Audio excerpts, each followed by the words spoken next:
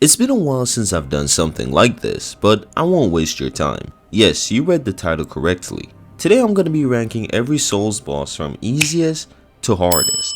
I'm going to be ranking them based on how much trouble they gave me on my first couple of initial attempts fighting them, and how I feel about them now. I'm also not going to include the Chalice dungeon bosses nor the inner bosses from Sekiro, and I won't include every single overworld boss from Elden Ring, except for the ones I found interesting. But yes, Everdark bosses from Night Rain will be included. I'm also going to be placing the bosses in 4 different tiers: pushovers, easy, decent challenge, and hard. Now with all that said, let's start at the bottom tier. At the very last spot for the easiest boss in Soulsborne history, I present to you Mist Noble. Who else did you expect to be here? Let's be honest. But he's the hardest boss of all time. Okay, look, that's funny and all, but in all seriousness, Mist Noble in my opinion has to be the easiest Souls boss of all time. Bro takes a beating worse than little Timmy when his drunk dad gets home. I'm pretty sure I made that joke around 2 years ago, but I don't give a fuck. I've never seen a boss that's literally the definition of a punching bag. Like, seriously, all bro does is sit there and take a beating. You can even stealth kill him and get rid of his first health bar, and all you have to do is wail on him until he's dead, in a couple of seconds. Some bosses are true roadblocks that you have to beat in order to progress further into the story, but this dude is more like a pebble in your pathway. So, in my opinion, Mist Noble is the easiest boss in FromSoft history. Up next we have True King Allant. Speaking of glorified punching bags, we have King Allant. The only reason why King Allant ranks slightly higher in difficulty compared to Mist Noble is because of the fact that he actually tries to fight you. Pathetically, but hey, it's a thought that counts. If you struggle or die to True King Allant, then I don't know what to tell you, man. I'ma just assume someone called you to do something while fighting him, or you probably just got some other issues that needs to be talked about. No diss, by the way. But yeah, True King Allant is extremely easy. Soldier of Godric. I'm gonna cut him some slack because he's just a tutorial boss, and that's the only excuse I can make for him. He's just your standard enemy that was given the health bar. He's there to show new players to the Souls series how to manage basic enemies and whatnot. So yeah, that's it. Now here we have the fan favorite Pinwheel. Okay, look, we all know that Pinwheel is the absolute GOAT. Greatest boss fight of all time or whatnot. His mere presence is enough to make you cower. Jokes aside though, this dude is piss easy, to the point where he became the poster boy for pushover bosses. Mist Noble has recently took that crown, but everyone remembers the OG. The only thing hard about Pinwheel is getting to him. You will die more times getting to his boss room than fighting this motherfucker. In terms of mechanics, the only thing that Pinwheel does that throw the players off is create clones, and most of the time you don't realize he's capable of doing that because he's already dead by the time you look away and look back on the screen for a couple seconds. Again, super easy and a pushover. Next up we have the Covetous Demon. He's just a giant slug looking worm monster that flops around and barely does any damage. He only ranks higher in terms of difficulty due to the fact that 1. He actually tries to fight you, and 2. His health pool is a bit higher than the previous guys I mentioned. But that's about it. Ancient Wyvern. This was a bit tricky to rank because sure, he's an easy fight, but if you try to fight him without going through the level, you will have an insanely hard time. However, since going through the level is the only good way to fight him and the only optimal way to fight him, he's super easy. Now, the only reason I also rank him a bit higher is due to the confusion and less straightforwardness compared to the other bosses I mentioned already. And also the enemies in the level can, do some numbers to your health bar if you're not careful. But apart from that, he's super easy. Traverse the level and do a plunge attack on its head and boom, dude is dead. Like no second phase or just him being weakened or half health. No, that's it, he's dead. Well, since we're on the topics of dragons, we have the Dragon God. Even though technically the Wyvern isn't really a dragon, but who cares? Dragon God is for sure more intimidating than the previous bosses I mentioned. His stature, his arena, the fact that he comes immediately after a boss that puts up decent challenge, and how we got one shot by him in the tutorial if we managed to take out the Vanguard Demon. Say what you want, he was pretty hyped up. Even the trailers showed him a lot, until you get to fight him, or quote unquote fight is the best way to put it, as he's just a glorified hide and seek battle. You step into the arena, hide behind the pillars until he looks away, go down to the ballista, point it directly at him, in his own lair mind you, and shoot him. Do this 3 times, stun him, hit his chin a couple of times, and then boom, you're good. That's it. That's the fight. Very anticlimactic for a boss that was hyped up throughout the entire game, but you know, it's alright, I guess. Patches. I love the fact that Patches was a boss in Elden Ring, and I love everything about the fight and how trolly it was. All bro does is stand behind his shield and poke you. Now I do admit that if you're not careful, he can kill you, and I do find out sometimes, I've seen, the reason why I put him even higher than Dragon God is because I've seen people actually die to Patches a lot. Not you know, veteran players or even, you know, players who are somewhat familiar with the Souls games. I'm talking about new players. So the fact that he was able to do that made me go like, okay, he definitely had more bodies than Dragon God, which is kind of crazy if you think about it, but whatever. But apart from that, he's still a pushover, especially if you abuse backstabs. He's also the one boss that I can recall in FromSoft history that gives up halfway through the fight. I mean, technically Owl does it, but it was just a trick and the fight still continued. But yeah, around halfway through this guy just gives up and you can either end it right there or find him some more. But that's pretty much Patches for you. Next up we have Prowling Magus or Mages and Congregation. Don't let the creepy church and the multiple enemies scare you. Fighting this guy and his weird church followers is pretty much like stealing candies from a bunch of babies. His sorceries are pretty easy to dodge and very weak, and the Congregation have super low health, so yeah, they're pretty much super duper pushovers. Next up is Radahn, Thief of Fire. For a dude with such a cool ass name, you would think that he does way more than spam fireballs. Like, that's all his fat ass does. Fireballs, fireballs, more fireballs, and they take like 3 light years to hit you. His health pool is also rather small too, so yeah, there's nothing to be worried about when fighting this guy. You're pretty much gonna have a super easy time. Cemetery Shade. Just a cool looking but boring fight with a super easy enemy. That's it, nothing much happens here. Looks cool though, but that's it. Next up we have the Phalanx. Phalanx seems a bit tricky at first, mostly due to the fact that there are a bunch of shield goop slugs protecting it, and it can be a bit annoying at times trying to find an opening between them, unless you bring some firebombs and throw them motherfuckers at them. This will tear through their health bar like butter. Do this a couple times and boom, the Phalanx is dead. On some easy peasy lemon squeezy shit. Celestial Emissary. Oh look, another multi-enemy fight that shares the same health bar. Except this time you're fighting E.T.'s distant cousins who the family goes out their way to avoid. This entire fight is just you beating on a bunch of alien looking dudes who keeps respawning until around half health when a big one spawns in. You would think that the big one makes the fight much harder since, you know, bigger means, you know, harder, but it actually makes the fight easier since now you have a bigger target and less enemies to worry about. From my knowledge, it doesn't even gain any new additional powers. It's still pretty much just, you know, throws hands and that's it. Storm King. Storm King gotta be one of the coolest looking boss fights in FromSoft history. Probably top 10 in my opinion. The sheer size of the Storm King followed by its children in the Stormy Arena, it all looks so cinematic and beautiful. But we're not ranking it based on looks, but instead difficulty. And I'm sorry to say, but Storm King is an extremely easy gimmick fight.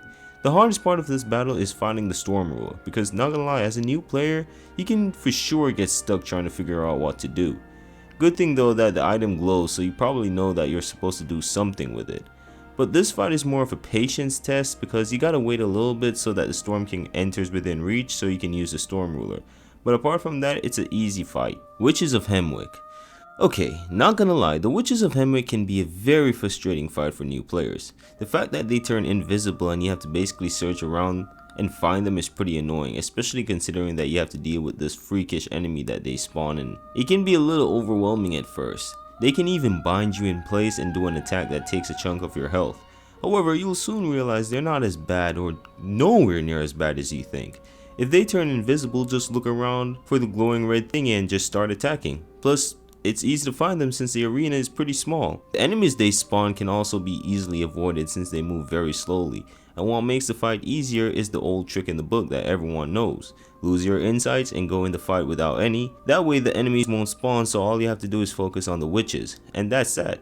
A very intimidating boss fight at first, but it's actually just really easy. Maiden Estrayer. A super duper simple fight. All you gotta do is fight her knight boyfriend who hits harder than a missile, but also can be abused with how weird his AI is. You can keep baiting him in a certain spot so he walks away, and as soon as he does that you keep attack, rinse and repeat, and boom, you're done with him. Make your way down, talk to the maiden, and she basically offs herself for you. Easy money. Okay, that was it for the pushover tier.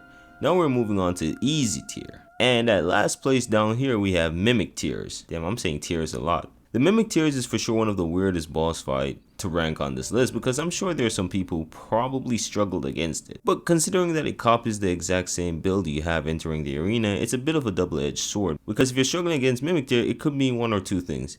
That your build is so good to the point where an NPC is using it effectively against you, or I don't know, you're just shit at the game. But whether you're shit at the game or not, Mimic Tear is a notoriously easy boss fight. It's basically using your equipments but worse. You can also backstab the dude pretty easily, and everyone knows that stripping butt booty naked and going straight into the boss room with nothing equipped makes it even easier. So yeah, that's that. Crystallians. I know a lot of people were frightened the first time fighting these guys, wailing on them only to basically do no damage. Even worse when you have a weapon that's not blunt. You keep going, looking around the arena, but nothing. It's not a Seath the Scaleless situation where there's a giant obvious item in the arena to interact with, so you keep hitting and hitting them, losing hope after every swing. Then boom, their stance breaks and now they're as durable as glass. These guys are just fake tough, they're not on shit for real. Their moveset is also quite simple too, very robotic but easily telegraphed.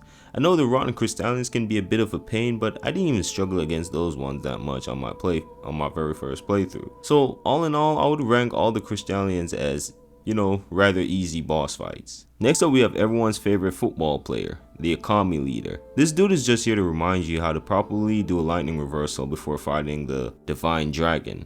Because the only attack in its arsenal that will give you any sort of issue is his lightning ones. And that's pretty easy to reverse. So you should have no issue fighting this fake ass Ronaldo at all. Necromancer Garrus. Necromancer Garrus is a nothing burger boss, but I'm not here to rank on quality, but difficulty. He's pretty easy, I would say, though his relentlessness and his constant skull sorceries can be a bit annoying to deal with, especially because his snail friends he keeps summoning are able to use that same sorcery as well that can possibly overwhelm the player. Apart from that though, you should be good and have zero worries. I mean, his health pool is pretty low, so in a couple of hits he should be down. Royal Rat Vanguard. It's just a bunch of rat enemies, that's it. Oh, you want me to go more in depth on their difficulty? Okay, fine I guess. I mean, there's not much to say. They can be a little annoying considering that you're dealing with a bunch of them, and they can poison and even petrify you if you're not careful. Which, don't get me wrong, is definitely annoying. Because of that, I did rank them higher than most bosses on the list so far, but at the same time, despite the petrification and whatnot, you won't have a super difficult time with these guys at all. Next up we have the BBL Demon. The Solemn Demon is very basic. Through and through. I mean, it's a tutorial boss at the end of the day. It serves to show the player the basic ropes of the game in terms of enemies you will be facing. Its moveset is pretty simple as the only somewhat dangerous attack it has is the BBL Slam. Another thing is that a plunge attack pretty much takes out half of its health, so you're not spending much time fighting it. Taurus Demon. Same thing as the Asylum Demon. Very basic moveset. Dare I say much easier moveset to deal with compared to the Asylum Demon. However, the hardest part of the fight is the amount of damage one of his attacks do and how cramped the arena is. But at least the game allows you to plunge attack to get half his health out the way. The Last Giant. Imagine being known as the powerful Giant Lord, only to now end up being a shriveled up husk of your former self. The Last Giant is barely a challenge at all. All bro does is stomp around and at halfway point, he will rip his hands off and use it as a weapon. Well, his hand, not hands. Which in my opinion makes the fight much easier. So yeah, this dude is just a joke, difficulty wise. Now we have the Demon Vanguard from Demon Souls. This boss ranks a bit higher than the rest due to the fact that it does so much damage. Now mind you, it is technically a boss that you're supposed to die to, so if you got multiple chances to fight it, he would have been easy to deal with. But fighting it again later on proves that he's super easy. Again, hits like a truck, but moveset is very easily telegraphed. Leechmonger. Similar vibes to the Demon Vanguard, except it can regenerate its health if you don't kill it fast enough. But yeah, moveset is super easy and simple, so you won't have a hard time. Hardest thing about this boss is getting to it. The Rotten. Another similar style of boss to the past two I've mentioned. Hits like a truck but a very basic moveset which eventually makes it super easy to deal with. Next up we have the Sanguine Noble, aka Mohg's little henchman. This dude can be a little tricky to deal with because he is relentless and can cause blood loss, but I do think that his rather small health makes up for those things. Giant Lord. He's basically the same as the Last Giant, except a little bit more health and a bit more aggression.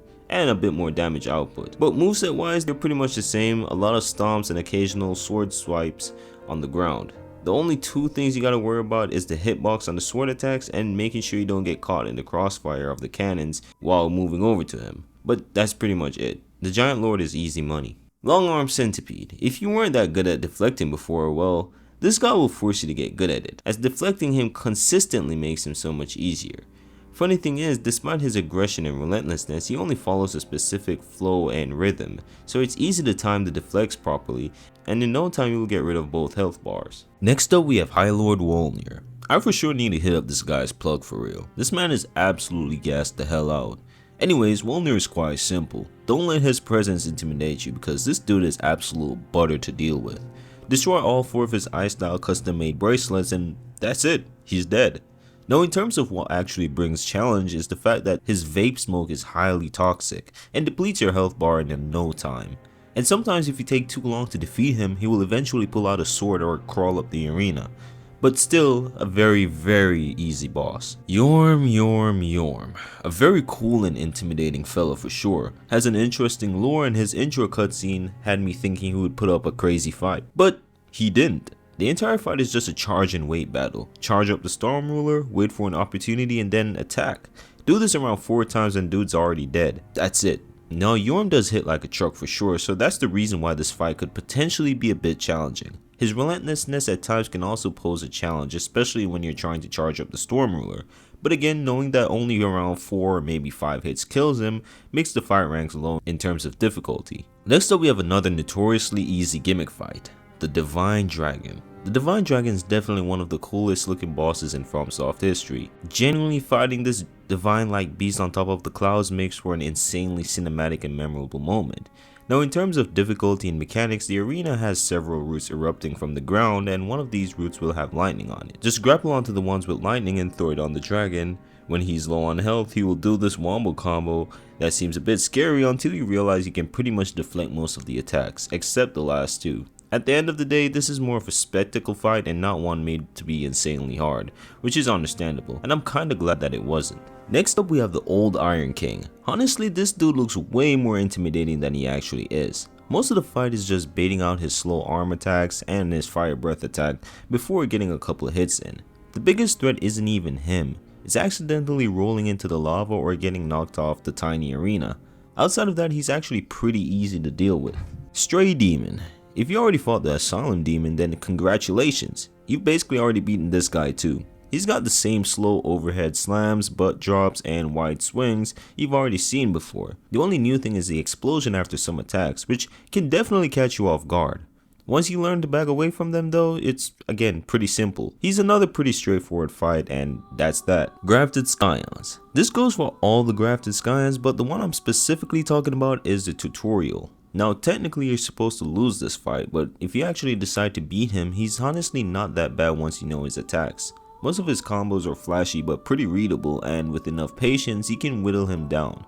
The hardest part is honestly fighting him with basically no gear at the very start of the game. But all the other Grafted Scions are actually, on the easier side, since at that time in the game you're pretty much armored up and your equipments are pretty good. Scorpioness Najka. Scorpioness Najka is another one of those bosses that looks way scarier than she actually is. She has a couple tail attacks, magic projectiles, likes to bury on the ground every now and then, but most of her melee swings are pretty slow and easy to avoid. Just stay patient and don't panic when she disappears, and she'll go down without too much trouble. She's just a fake ass Quaalag at the end of the day. Demi-Human Queens. I'm ranking all the Demi-Human Queens together because, let's be honest, they're all pretty much the same fight. They usually come with a bunch of annoying little enemies, but the queen herself really isn't all that threatening. Once you clear out the crowd or just focus her down, the fight ends pretty quickly. They're more of an inconvenience than an actual challenge. Next up we have the Ancestor Spirit. The Ancestor Spirit is probably one of the most peaceful boss fights FromSoft has ever made. It's more like dancing with the giant glowing deer than fighting for your life. Its attacks are slow, well telegraphed, and leave plenty of room to punish. Outside of the occasional charge or jump attacks, there's not really much here that will give you any, trouble. Next up is the Old Monk. The difficulty of the Old Monk really depends on who's controlling him. If you get invaded by another player, well, shit, good luck. But if it's just the NPC version, this fight is honestly pretty easy. Most of his attacks are simple to dodge, and he doesn't have a whole lot of health. So unless another player decides to ruin your day, this boss isn't too bad. Leader Shigenori. Leader Shigenori is basically Sekiro's way of making sure you've actually learned the basics before continuing. His attacks were pretty simple, like very simple for Sekiro standards. His posture fills up quickly and he doesn't have a huge variety of moves. As long as you're comfortable with deflecting and staying aggressive, you'll finish this dude in no time. Pause. Whoa. Tibia Mariner. I'm putting all the Tibia or Tibia Mariners, I don't know how you say that shit, I'm gonna be honest. I'm putting all of them together because every single one of them follows the exact same idea. They're slow, constantly rolling around in circles and summoning skeletons to help out. Honestly, the skeletons were usually more annoying than the boss itself. Just chase him down whenever he teleports and eventually he'll be dead for good. Gwyn, Lord of Cinder. For the final boss of Dark Souls, Gwyn is honestly a lot easier than you would think. If you know how to parry, this fight becomes an absolute joke, since you can chain parry almost everything he throws at you. Without parries, he's definitely more aggressive, but even then, his moveset isn't like overly complicated or anything, so he's done in no time. Tower Knight. Tower Knight is one of those bosses that looks like he's about to ruin your entire playthrough, but he's honestly pretty manageable. Take out the archers first, then just hug his ankles and keep smacking them until he falls over. Once he's on the ground, run up and bonk his head for massive damage. Rinse and repeat and he's done. Flexile Sentry is a pretty cool concept with two different sides that each have their own moveset. Luckily, neither side is all that difficult to deal with. Most of his attacks are slow enough to react to, and circling around them gives you plenty of openings. The only thing that can make this fight a little annoying is the rising water if you take too long. All Elden Ring overworld dragons, just the basic ones. The overworld dragons in Elden Ring definitely look terrifying the first time you stumble into one, especially Agheel, since he's literally at the beginning of the game. Huge fire breath or magic breath, giant claws, and enough damage to flatten you if you're careless. But after fighting one or two, you'll realize that they all follow a very similar pattern. Stay near the legs, watch out for the fire, and most of these dragons become a routine after a while. Fool's Idol. The Fool's Idol is more about paying attention than surviving some insane moveset. She'll constantly create clones of herself and teleport around the arena trying to trick you into attacking the wrong one. Once you figure out who's real and deal with the little gimmick outside the boss room, the fight becomes pretty straightforward. Armored Spider. For a giant fire-breathing spider, the armored spider really isn't all that bad. Most of the fight is avoiding its webs, blocking or dodging the fireballs, then moving in whenever there's an opening. The arena is basically one long hallway, so there's not a whole lot going on. Stay patient, don't get greedy, and you'll squash this thing before it squashes you. Skeleton Lords. The Skeleton Lords are honestly more of a crowd control fight than an actual boss fight. They can be a little bit challenging though, but they're not too bad. Each lord you kill summons a bunch of skeletons, so if you aren't careful, the arena can get pretty chaotic.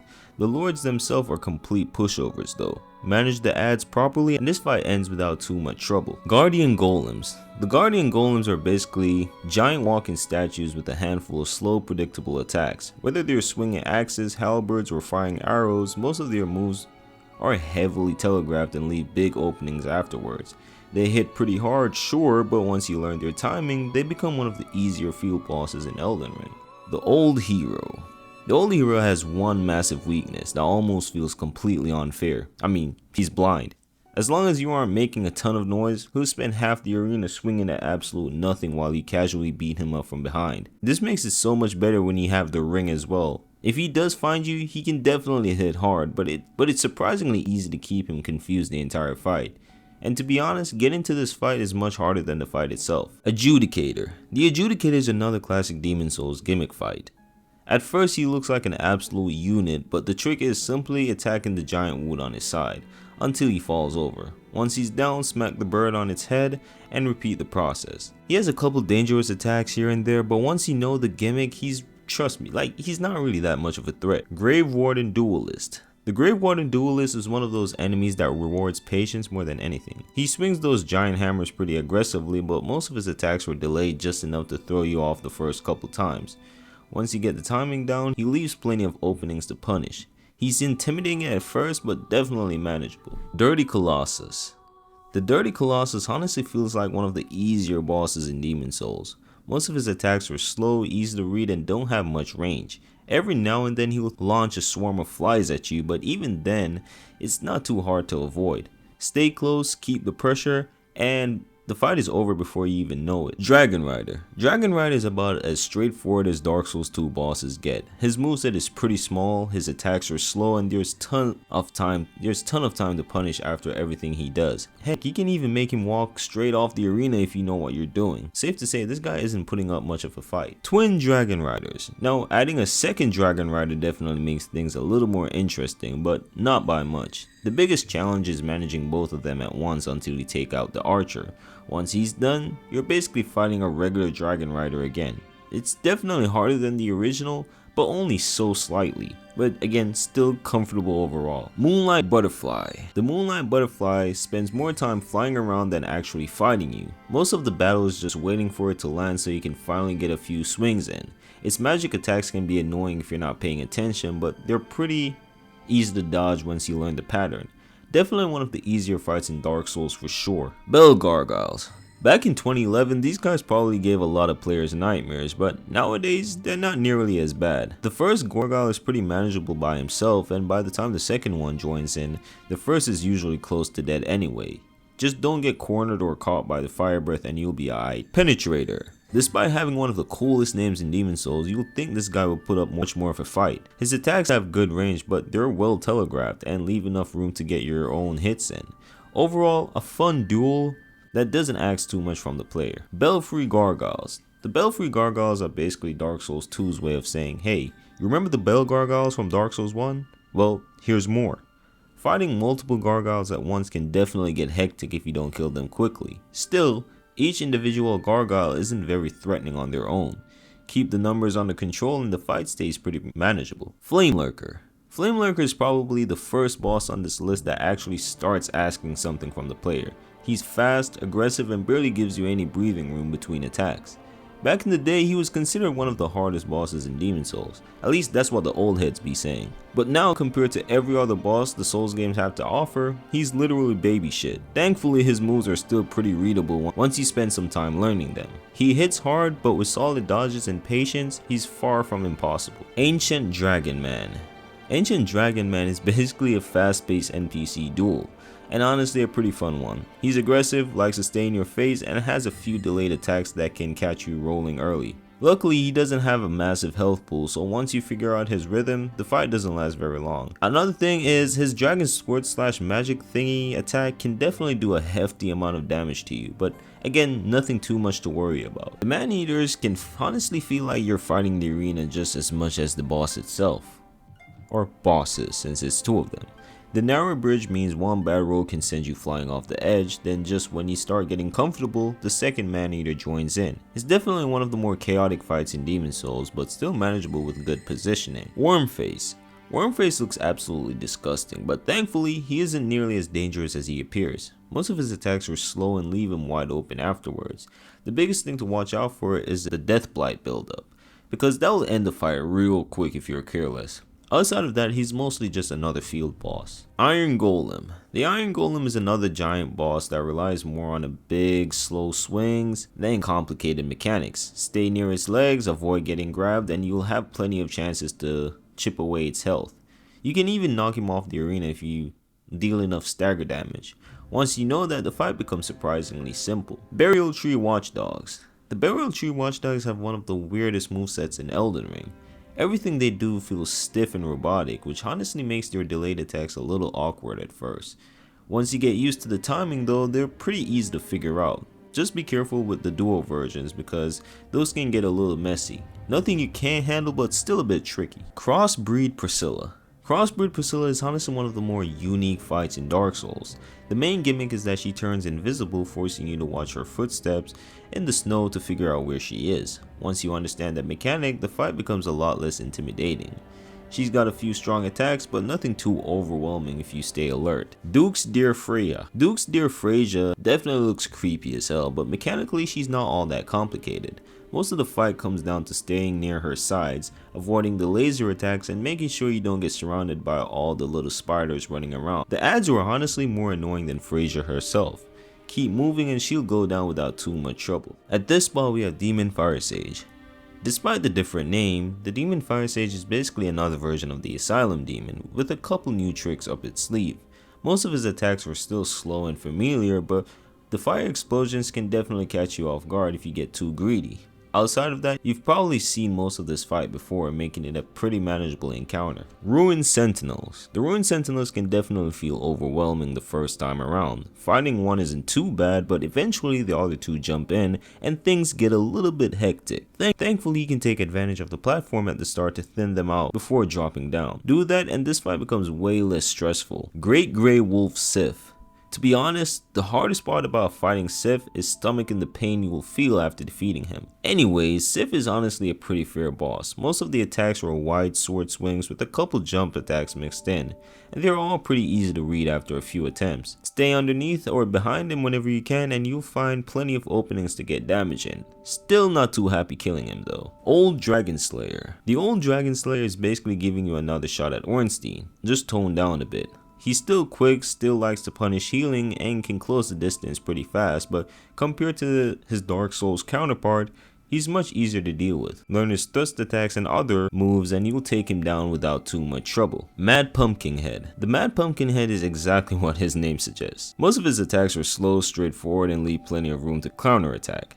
He does do a hefty amount of damage though, so watch out for that, especially his head slams. Just avoid hitting the helmet too much since it blocks a lot of damage. Other than that, he's honestly a pretty easy mini boss. Guardian Dragon. The Guardian Dragon is another dragon fight that sounds scarier than it actually is. He flies around every now and then and breathes fire across the arena and mixes in a few claw swipes, but none of it is particularly difficult to avoid. Stay underneath him whenever possible, watch out for the fire attacks, and you will bring him down in no time. Stone Digger Troll. This is your standard Elden Ring troll with a few mining tools thrown into the mix, and this goes for all of them by the way. They're slow, predictable, and has a lot of openings after their swings. The only thing that can really catch you off guard is getting greedy when they start chaining attacks together.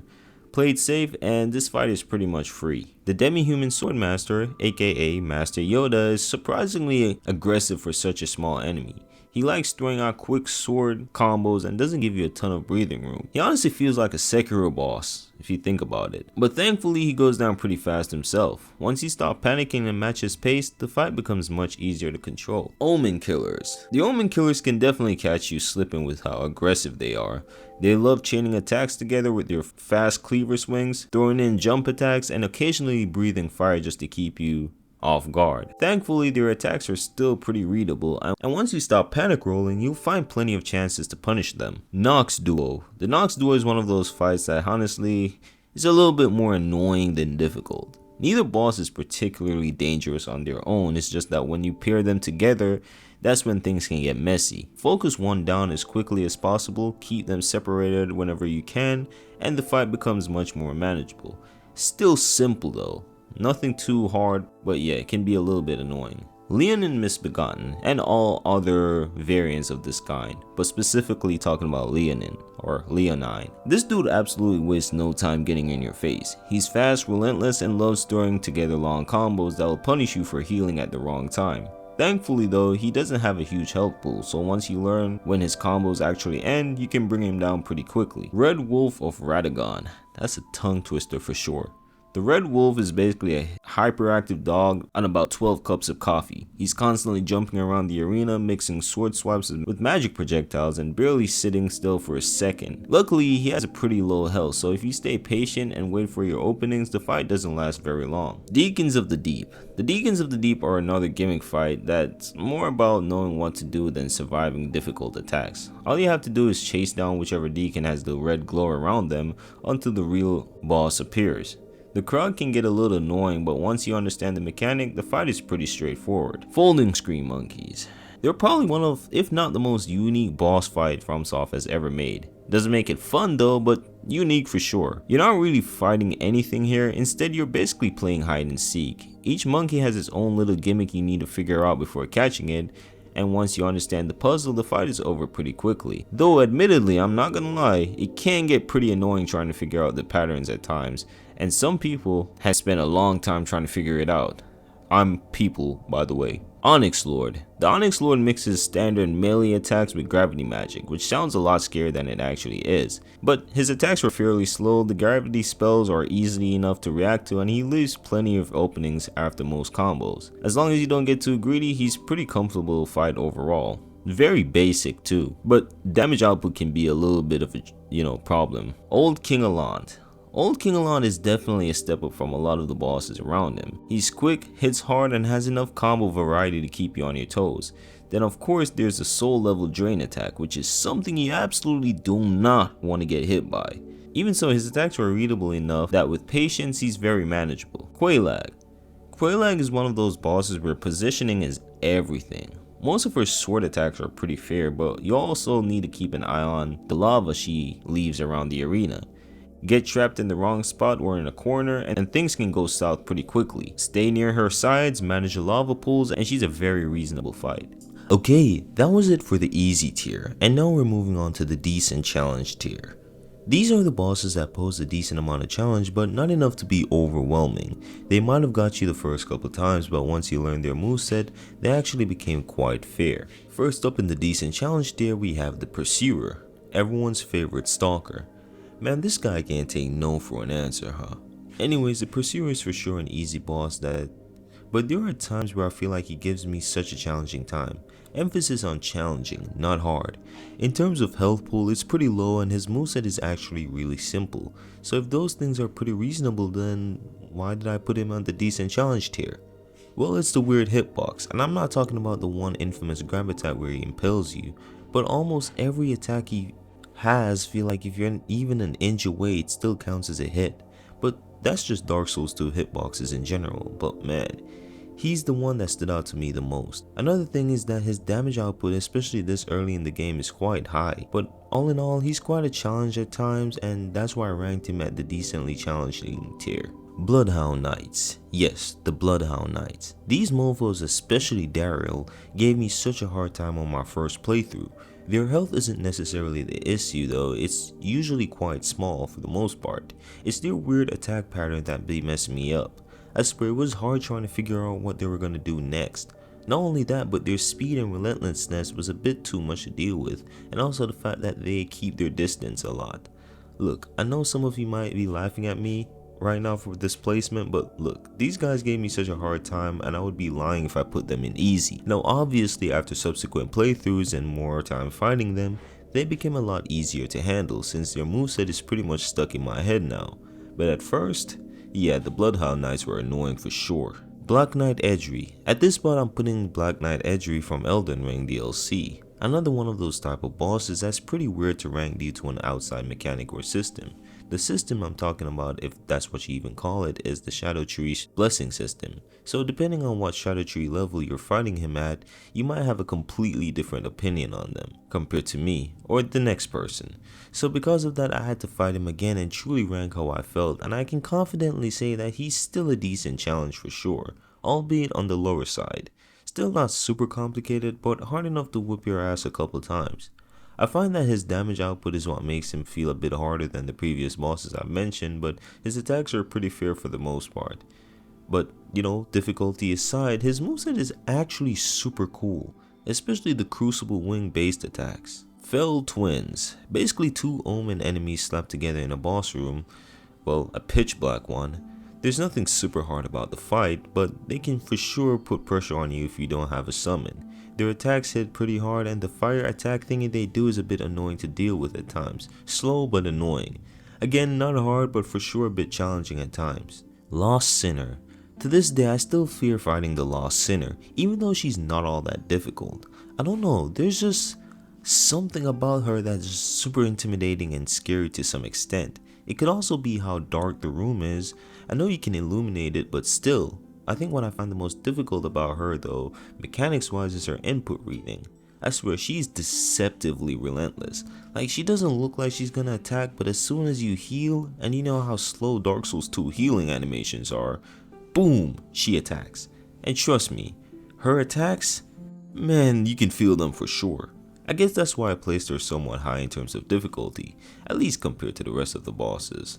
The Sanctuary Guardian is another decently challenging fight in my opinion, at least in terms of Dark Souls 1 standard. Some would probably put Lost Sinner over him, but I can't do that. He moves around way too much and his projectiles can definitely be annoying to deal with.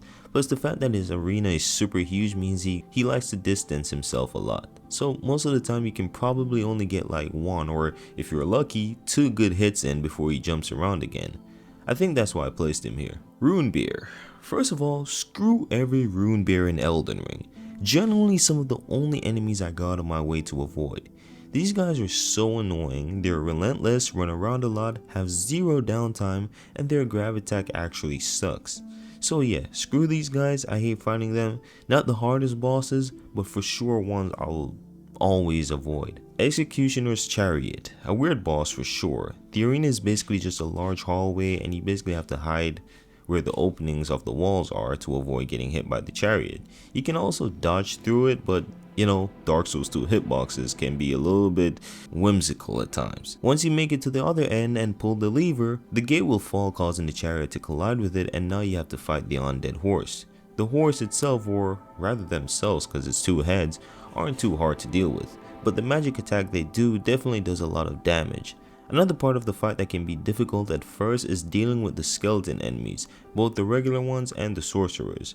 But overall, the fight isn't all that crazy. Weird for sure, but not crazy hard. Ceaseless Discharge is honestly one of the weirdest bosses to rank because your experience completely depends on how you fight him.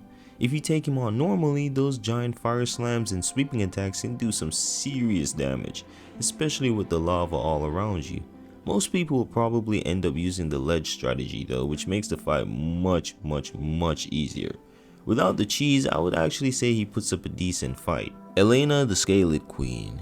She can definitely be a little frustrating the first time you fight her. Her dark magic already keeps you on your toes, but it's really the summons that makes this battle unpredictable. If she calls in Velstadt, things can get out of hand pretty quickly. Thankfully, once you learn how to manage both enemies and stay aggressive, the fight becomes much more consistent. Abductor Virgins. The Abductor Virgins can be surprisingly overwhelming at first. Trying to keep track of 2 giant machines while avoiding their grab attacks is easier said than done. That grab especially hits you like an absolute chuck if it catches you. Once you learn how to separate them and stop getting cornered, the fight becomes a lot more manageable. But it's definitely not a free win. The Curse Blade is one of those enemies that'll probably humble you the first time you run into him. He's constantly flipping around, throwing out fast combos and barely giving you a second to breathe.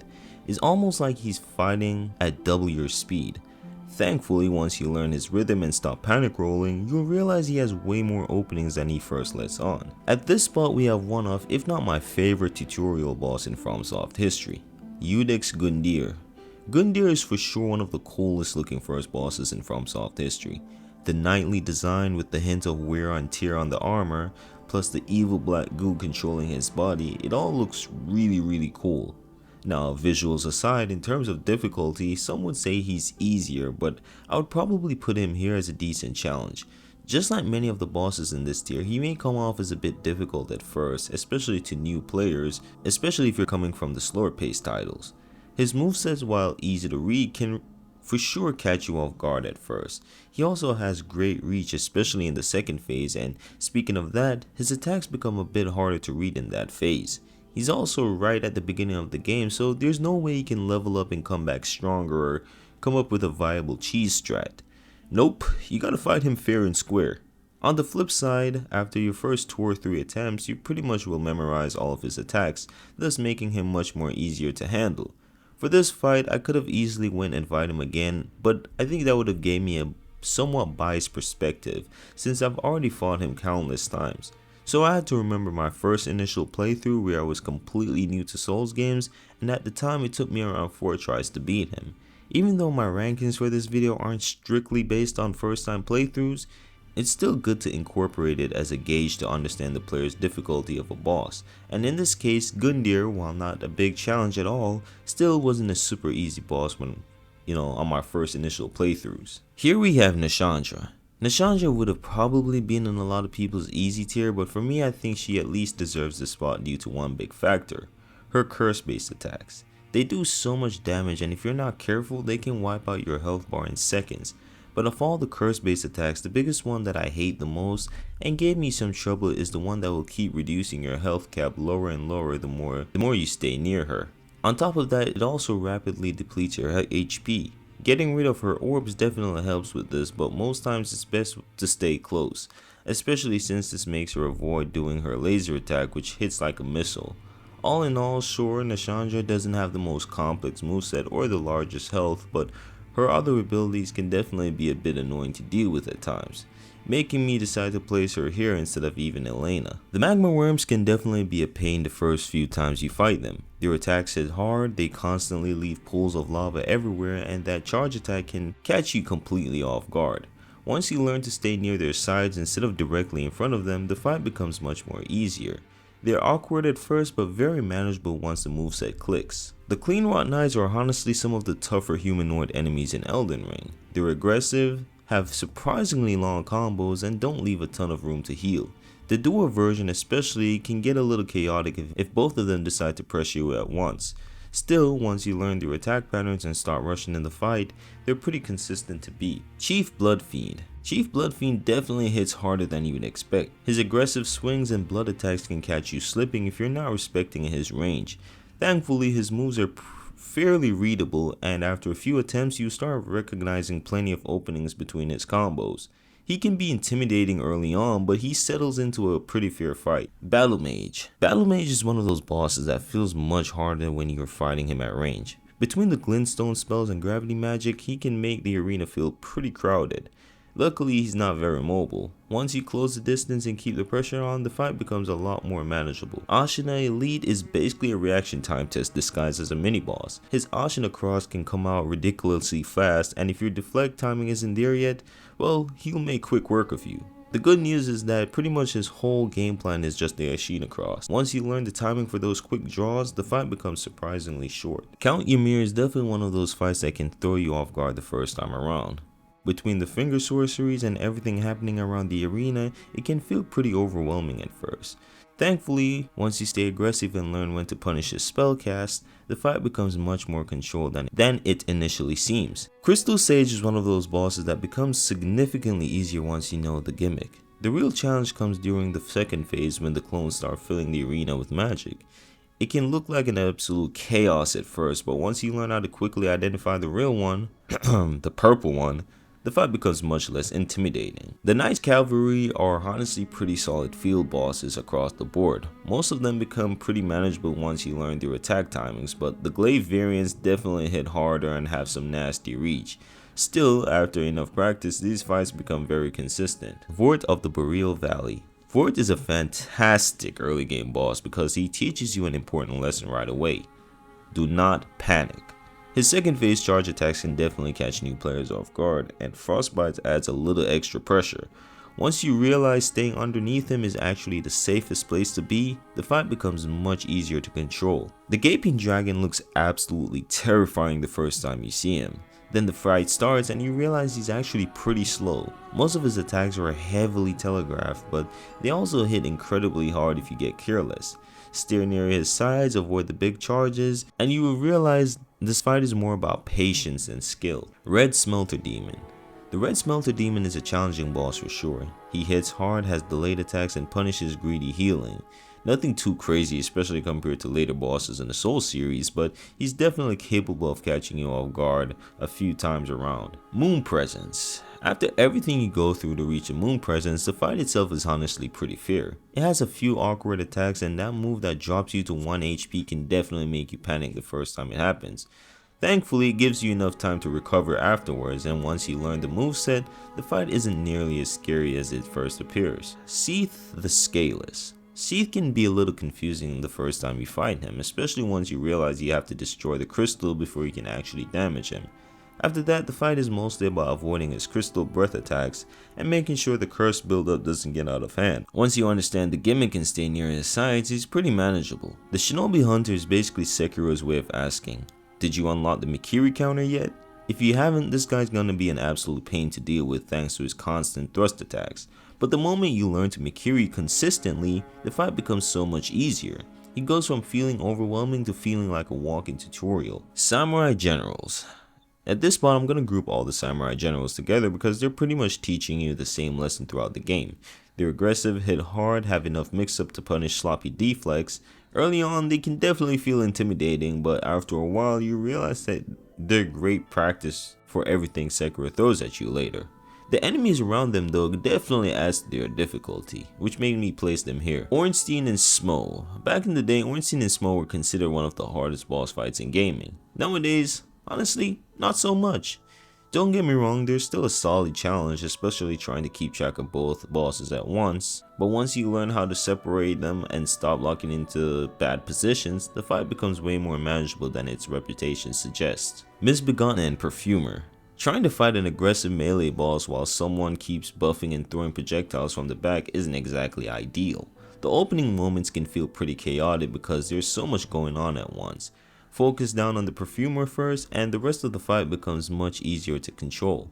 The Death Knight is honestly one of my favorite bosses in Shadow of the Erdtree. He's aggressive, hits hard, and constantly tries to keep the pressure on with lightning attacks and quick movements. At first he can definitely feel like a lot to handle, but after learning his rhythm and taking advantage of his punish windows, it becomes a really satisfying fight to master, and this wannabe Thor will go down in no time. Velstad is one of those bosses that just feels solid all around. He hits hard, has good range, and his delayed swings can definitely catch you rolling too early. Once he buffs himself, the pressure goes up another notch. Even so, his attacks are very readable, so after a few attempts, you'll start finding plenty of opportunities to punish. I know seeing Artorias this low might sound a little weird, but hear me out. Nowadays, most Souls veterans have fought bosses that are way faster and way more demanding than he is. His flips, lunges, and aggressive combos can definitely catch first-time players off guard, but once you learn his moveset, the fight becomes incredibly consistent. Still an amazing boss, just not nearly as difficult as he once was. The Old Demon King is another boss that looks far more intimidating than he actually ends up being. His fire attacks cover a decent amount of space, and a few of his explosions can definitely catch you if you're too close. Thankfully, most of his attacks were slow enough to react to, making this a pretty fair fight once you learn his timing. Royal Knight Loretta. The ghost version of Royal Knight Loretta is honestly a nice stepping stone before the real fight later on. She mixes ranged magic with sweeping halberd attacks, so you're constantly swapping between dodging spells and avoiding melee combos. It can feel a little overwhelming at first, but once you learn when to close the distance, the fight becomes much smoother. Juri Elder Inquisitor. Juri is one of those bosses that can get pretty annoying if you let the summons pile up. Between constantly casting spells and bringing in extra enemies, it can feel like there's always something happening on screen. The trick is to staying aggressive and not giving him too much room to breathe. Once you do that, the fight becomes much easier to control. The Looking Glass Knight is probably one of the coolest looking bosses in Dark Souls 2, but we're not talking about looks or style here. His lightning attacks, massive shield, and long reach can make getting close a little awkward. Then every now and then he'll summon another enemy just to make things interesting. After a few attempts though, you'll realize his attacks are actually very fair and easy to read. Sir Alone. Now this is where the difficulty starts picking up a little. Sir Alone is quick, has excellent reach, and it doesn't give you many chances to make mistakes. The nice thing is that there's almost no nonsense in this fight. It's just you against a really skilled swordsman. There's not really any crazy gimmick or some other bullshit like that. All you gotta do is learn his rhythm, keep your cool, and the fight becomes incredibly rewarding. Getting to the fight though, now that's honestly the only part you need to worry about. Fume Knight. I'll be honest with you, man. Fume Knight is probably where a lot of players hit their first real wall in Dark Souls 2. He hits like a truck. Not a small one, but a big ass 18-wheeler. The attack to look out for the most is the one where he turns his sword flame on and does a slow sweep. He changes up his timing constantly, and his second phase keeps you under pressure the whole time. The more you fight him though, the more you'll notice every attack has a clear answer. He's tough but always fair in my opinion. Right off the bat, the Godskin Apostle feels weird to fight. His body stretches in ways that shouldn't even be possible, and those spinning attacks can catch you from farther away than you'd expect. It might take a couple tries to adjust, but eventually you'll start finding way more punish windows. Armored Warrior. Believe it or not, the hardest part of this fight isn't deflecting his attacks, it's figuring out how you're actually supposed to win. You can fill up his posture bar over and over, but until you realize he has to be knocked off the bridge, nothing happens. Once that clicks, the whole encounter suddenly makes perfect sense. It is kinda difficult though to perfectly align him at the right spot so he can fall off when his stamina is low. Mytha the Baneful Queen. Here's a boss that changes dramatically depending on how prepared you are. Fight Mytha with the poison still covering the arena and things get stressful pretty quickly. Drain it beforehand though and you're left with a much fairer fight. She still has a couple attacks that can catch you off guard, but nothing that's too difficult to learn. Romina, Saint of the Bud. To be honest, Romina was considered one of the easier bosses when Shadow of the Erdtree first launched, but still her attacks flow together so smoothly that it can be a little bit hard to tell when one combo actually ends, and the Scarlet Rock can definitely be an issue for sure. After spending some time with the fight, you'll start recognizing the gaps between her attacks, and suddenly the whole battle slows down. Crucible Knights. If there's one enemy that teaches patience in Elden Ring, it's the Crucible Knight. Delayed swings, long combos, and brutal punishes make panic rolling a terrible idea. Chances are they'll beat you up the first few times around, but all you gotta do is stick through it because eventually these become some of the most satisfying enemies to fight. At least the solo ones. The duo version, yeah, we can talk about that later. Godfrey, First Elden Lord, the golden version. Compared to a lot of the bosses around this point, Godfrey keeps things refreshingly simple. Big axe swings, stomps that force you to jump, and plenty of pressure without feeling overwhelming. He can definitely catch new players off guard, but after getting comfortable with his timing, the fight feels surprisingly smooth. Regal Ancestor Spirit. At first glance, this feels like the regular Ancestor Spirit all over again. But there's something off. The healing mechanic changes the pace quite a bit. Suddenly you have to stay aggressive instead of casually waiting for openings. Even with that extra layer, the moveset remains pretty graceful and readable, so it doesn't take too long before the fight starts feeling familiar again. Four Kings. Here's the problem with the Four Kings. You can't take your sweet time. The longer the fight drags on, the worse it gets, as more kings start showing up. Their attacks aren't especially complicated, but the pressure ramps up fast if your damage isn't there. Once you realize that aggression is rewarded, the encounter becomes much more manageable. Still one of the tougher fights in Dark Souls 1 and the ones that I dread going back to. Deathbird. Deathbirds have a funny way of making simple attacks feel awkward. Their strange movements, long necks, and unusual hitbox can make landing clean hits harder than you'd expect. Thankfully, they're nowhere near as threatening as the Deathrite birds. Those guys are on a whole different level.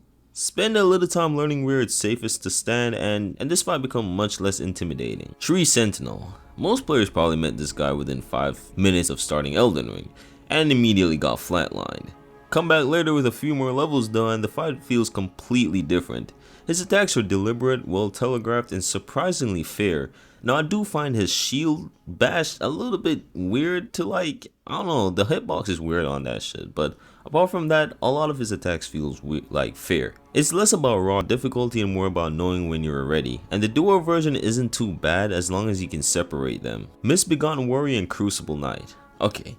This fight is rough at first, simply because it feels unfair. The Misbegotten is incredibly aggressive, and before long the Crucible Knight joins the party. Thankfully, if you deal enough damage, you can kill the Misbegotten before the second phase really begins. Once you figure that out, the fight becomes much more reasonable, although the Crucible Knight can still F shit up if you're not careful. Fia's Champions. This encounter feels more like a series of PvP fights than a traditional boss battle. Different builds can make certain champions more annoying than others, especially if they start healing or keeping their distance. Take them on one at a time, don't rush, and the whole thing ends up being much less stressful than it first appears. Black Jail Knight. Walking into this fight is when a lot of people realized the DLC wasn't pulling any punches. The Knight has plenty of poise, dishes out huge damage, really huge damage, and punishes greedy attacks almost instantly. All you gotta do is slow the pace down, wait for your openings, and you'll eventually realize he's more methodical than overwhelming. Demon of Song. The Demon of Song spends a lot of the fight hiding behind his shell, which means patience is the name of the game here. You'll have to wait for it to expose itself before going in for damage, and getting greedy usually ends badly. His attack and damage output can definitely be something to watch out for too. But once you accept the slower pace, the fight becomes much more comfortable. Centipede Demon. What makes this fight tricky really has more to do with where you're fighting him than who you're fighting. The tiny patches of land surrounded by lava leave very little room to maneuver, so positioning becomes incredibly important. The boss itself isn't overly complicated, but the arena can punish even the smallest mistakes. Capra Demon. Everybody remembers Capra Demon, but let's be real, it's the two dogs that deserves most of the blame. The moment you walk through the fog gate, you're already under pressure, and the tiny arena doesn't help either. It's like you're fighting this thing in someone's backyard. Survive those first few seconds and suddenly the fight becomes much more manageable than its reputation suggests. I find it easier to just climb the stairs, bait the dogs, kill them, and then focus on the demon later. Knight's Cavalry Duo. Taking on two Knight Cavalries at the same time changes the fight completely. Instead of focusing on attack patterns, you're constantly worrying about spacing and making sure one doesn't blindside you while you're dealing with the other. It starts off pretty hectic, but with enough patience you'll find opportunities to split them up. Dragonkin Soldiers. These giants definitely make a strong first impression. Between their size, delayed swings, and occasional lightning attacks, it's easy to get overwhelmed early on, especially if you're dealing with the one in Scarlet Rock Lake. Give yourself some time to study their animations though, and you'll notice they're much slower than they first appear. After that, the fight feels a lot more controlled. Erdtree Avatars. The Erdtree Avatars are basically the Asylum Demon of Elden Ring. You probably struggle the first couple times around because they hit hard and throw out those holy projectiles near the end of the fight. After you fought a few of them though, they become incredibly predictable. At that point, it's mostly about avoiding the ranged attacks and not getting greedy. Black Knife Assassins. These ladies can definitely be annoying thanks to how quick they are. They don't leave many openings, their mobility is great, and some variants can even turn invisible, forcing you to pay much closer attention. Still, once you stop chasing them around and wait for them to commit to an attack, the fight becomes much more controlled. Royal Rat Authority. The Royal Rat Authority's biggest advantage honestly isn't the boss itself, it's those little rats at the start. If they poison you or pin you down, things can spiral out of control pretty easily. Get rid of them quickly though and you're left fighting what basically feels like a giant Sith with a few extra tricks. Curse Rotted Greatwood. At first this fight can feel a little confusing because you're not really attacking the boss directly. Instead you're breaking all those giant pus sacks scattered around its body. First of all, that's fucking nasty, but once you understand the gimmick, the fight makes a lot more sense. The second phase gets a little crazier when it points out as, dick hand or whatever, but it's still more awkward than truly difficult. Grave Robbers. Fuck these guys, just honestly. The Grave Robbers are basically a 3-on-1 NPC fight, and that's where most of the challenge comes from. Trying to keep track of all three while avoiding getting surrounded is easier said than done. Thankfully, none of them are especially threatening by themselves. Keep moving, separate them whenever possible, and you'll eventually come out on top. Corrupted Monk. The ghost version of the Corrupted Monk can definitely feel like a wall the first time around. She has massive reach, long combos, and enough posture to keep the fight going for a while. The nice thing is her attacks are incredibly consistent. Once you settle into her rhythm and trust your deflex, the fight becomes much more smoother, and what makes it easier if you bring Snap Seeds, as this will mess up her posture even more. Chichiman Warrior. I'm not gonna lie, the Chichiman Warrior is just annoying, until you figure out how terror works. Between the constant projectiles and the terror buildup, the fight can feel overwhelming early on, but if you bring the right items, stay aggressive when you get an opening, and suddenly this fight becomes an entirely less frustrating. Gravelord Nito. Nito, as you Americans say, isn't too bad once you realize the skeletons are doing half the work for him. Early on, they can make the fight feel pretty chaotic, especially if you're trying to deal with everything at once. Once you figure out how to manage the adds and stay close to Nito, the encounter becomes much more comfortable. Now, I do hate the fact that you lose health dropping into the arena. I think that's really bullshit in my opinion, but yeah, that's whatever. Sir Gideon Ofnir. Sir Gideon is an actual interesting fight, as in the more you fight different bosses and enemies and stuff like that, he gains the spells and abilities that they used against you, which means he's been following you out throughout the whole game, which is, first of all, kind of creepy, weird stalker vibes, but also pretty cool. Except that it's wasted on Sir Gideon Ofnir, which is just a janky NPC fight. I wouldn't say janky, just annoying. He can be so annoying but so easy at the same time. If you go and backstab him during his initial speech, it makes the fight so much easier. But after that whole speech and you keep fighting him, you'll realize that yeah, this dude can put belt to ass, or whatever, how the kids say these days. I'm acting like I'm just, okay, whatever. But because of that, I think he's still a decent challenge. I don't think he's incredibly hard, just very, I don't know, 50-50. Just depends on how much enemies you fought before him. Champions Grave Tender and Great Wolf. The first half of this fight isn't too bad, but everything changes once the Great Wolf joins in. Suddenly you're trying to deal with an aggressive wolf while keeping track of the Grave Tender at the same time. It's definitely a noticeable jump in difficulty, although once the NPC goes down, the rest of the fight becomes much more manageable. Living Failures. Despite the name, don't underestimate these guys too much. The arena gradually fills with more and more enemies, and those giant magic attacks can deal a surprising amount of damage if you're not paying attention. Focus on thinning them out consistently and avoid getting overwhelmed, and you will keep the fight under control. Ava, the King's Pet. Ava is honestly a really fun fight once you learn her movement. She's quick, constantly jumping around, and mixes enough delayed attacks to catch panic rolls. The first few attempts can definitely be rough, but after spending some time with the fight, everything starts to feeling, much more readable. The Blazing Bulls, and the Soccer Bull too, if you're including them. The Blazing Bull and Soccer Bull probably gave most Sekiro players a headache their first time, playing the game. You're constantly charging around, setting everything on fire, and making it feel impossible to get used to their patterns. Once you start running away and start deflecting more often, the fight becomes much more manageable. Well, the fights become much more manageable than it first seems. Throne Watcher and Throne Defender. These two honestly gave me more trouble than Nashandra herself. Managing both bosses at once is the real challenge since you're constantly watching one while trying not to lose track of the other. Then you got the revive mechanic if you don't finish them properly. Once you understand how to pace the fight though, it becomes much more consistent. Shadows of Yharnam. I'll be honest with you, on my very first playthrough, these guys absolutely destroyed me. Trying to keep track of 3 different enemies with completely different attack styles felt impossible at the time. Looking back now, they're nowhere near as bad as I remembered. They're still not easy, but after learning how to separate them, the fight becomes much more manageable. Aldia. Aldia is honestly a pretty unique fight. Most of the challenge comes from figuring out when you can actually attack him without taking damage yourself. Once you understand his teleporting and flame mechanics, there really isn't a whole lot else to worry about.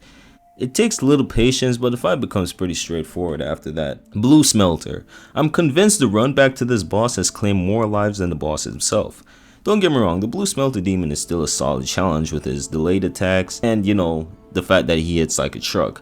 But by the time you actually make it through that awful run back, you already fought harder enemies than the boss itself. The One Reborn. The One Reborn definitely looks terrifying, but mechanically he's not bad once you know what to do. Take care of the Bell Maidens first, which, just like the Tower Knight, then focus on the boss itself. The biggest thing you need to watch out for though is the Raining Blood attack because it can chunk your health really fast if you get caught standing in it. Sin, the Slumbering Dragon. Slyn is probably one of the most mobile dragon fights in the series. He spends a lot of time flying around, poisoning the arena and making you chase him more than you'd probably like.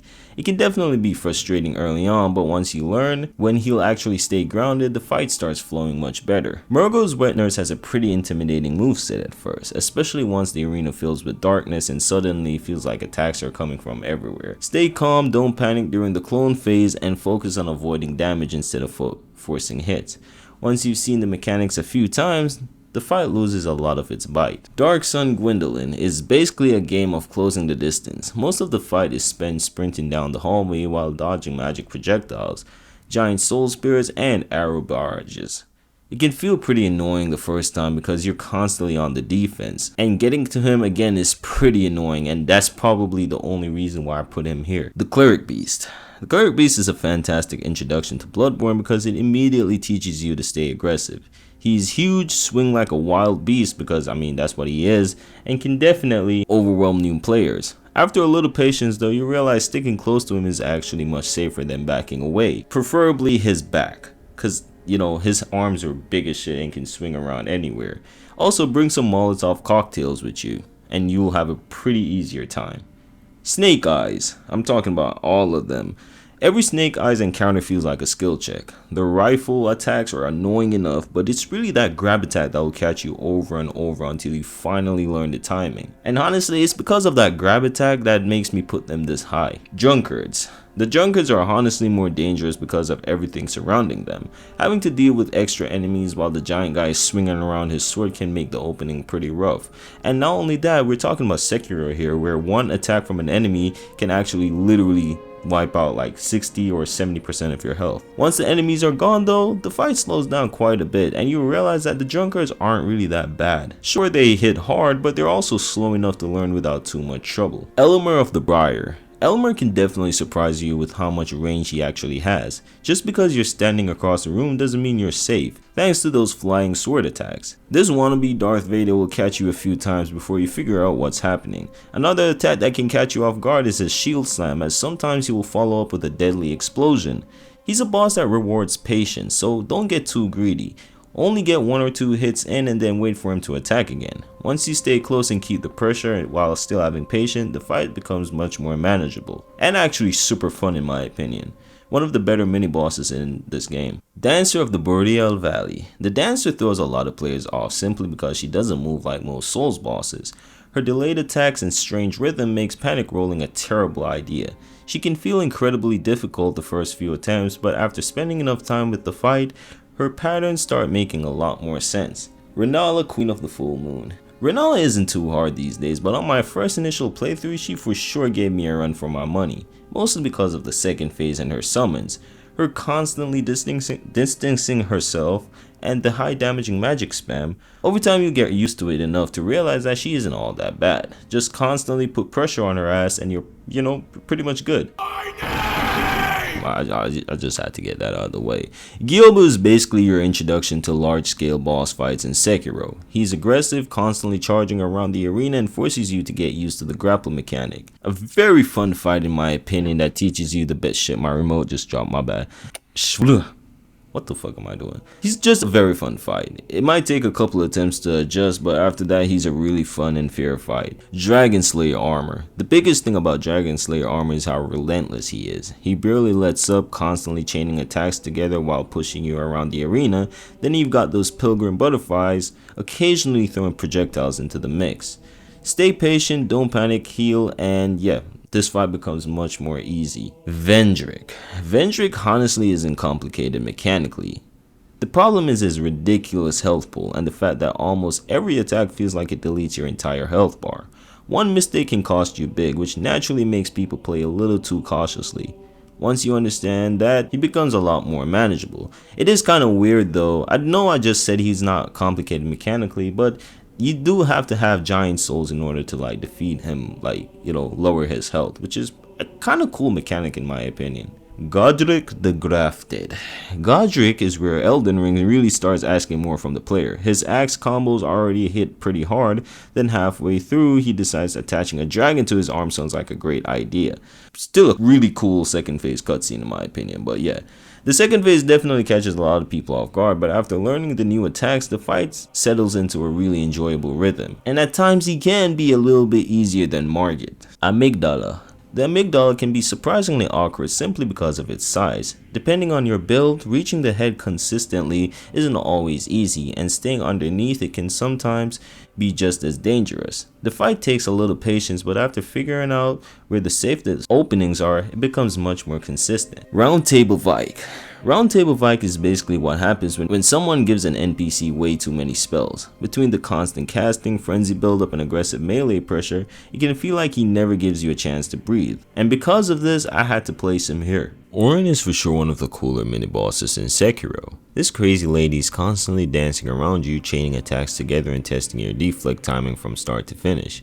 Her intangibility and her attack patterns are honestly the hardest part of the fight. The Abyss Watchers are such a fun fight because it constantly evolves. The first phase can be a little chaotic with multiple Watchers running around, while the second phase turns into a much faster duel. The fire attacks can be deadly but nothing too crazy, but I know for sure that the Watchers were a lot of people's first roadblock in the game. Here we have Lady Butterfly. Lady Butterfly has humbled just about every new Sekiro player at one point. She's quick, constantly jumping around the arena and doesn't leave many obvious openings. Then you got the illusion phase adding even more pressure. I think what makes her much more difficult is the fact that she always distances herself after a while, regaining stamina, which prolongs the fight even more. Thankfully you can use Snapseeds to get rid of the illusions, and once you deflect timing improves, she becomes easier. Dark Beast Parl. This guy can feel a little messy thanks to the camera and all the lightning effects flying around. Trying to figure out what's happening is honestly half the battle sometimes, especially if you're fighting him pretty early on where it's very dark. Once you start breaking his limbs and knocking him down consistently, the fight becomes much easier to control. Ancient Dragon. I'll be honest, the hardest part about Ancient Dragon isn't some insanely complex moveset.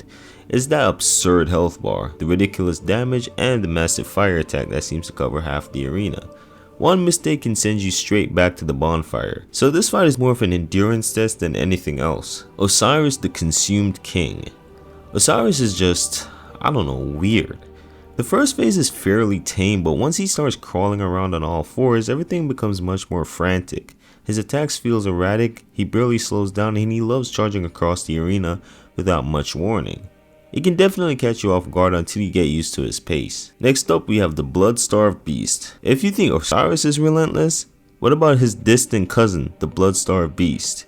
This thing is constantly in your face, chaining together quick attacks and never giving you much breathing room. On top of all that, you also got the poison slowly becoming a bigger problem as the fight goes on. Learn when to dodge into its attacks instead of away. It's kinda known by now that dodging towards the left is the best way to avoid around 80% of its attacks.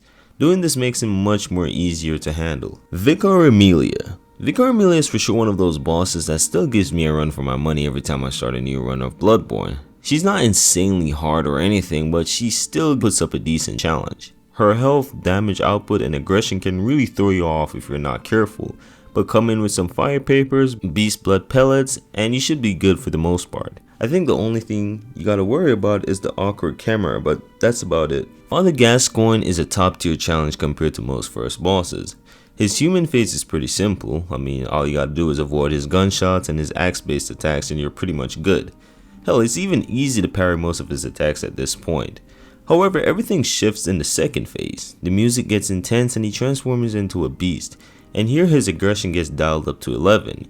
He constantly applies pressure to the player, and what makes it worse is that if you fight him in the cemetery, the gravestones can block your path sometimes if you're trying to dodge away from him. The best strat is to just run to the top where the gate is and fight him there, and if you're having more trouble, you should definitely get the music box for the second phase. Margit the Fell Omen. Now in my opinion, Margit the Fell Omen might be the hardest first boss FromSoft ever made, if we're not counting Night Rain. What makes Margit puts up such a challenge is not because of his health nor his aggression.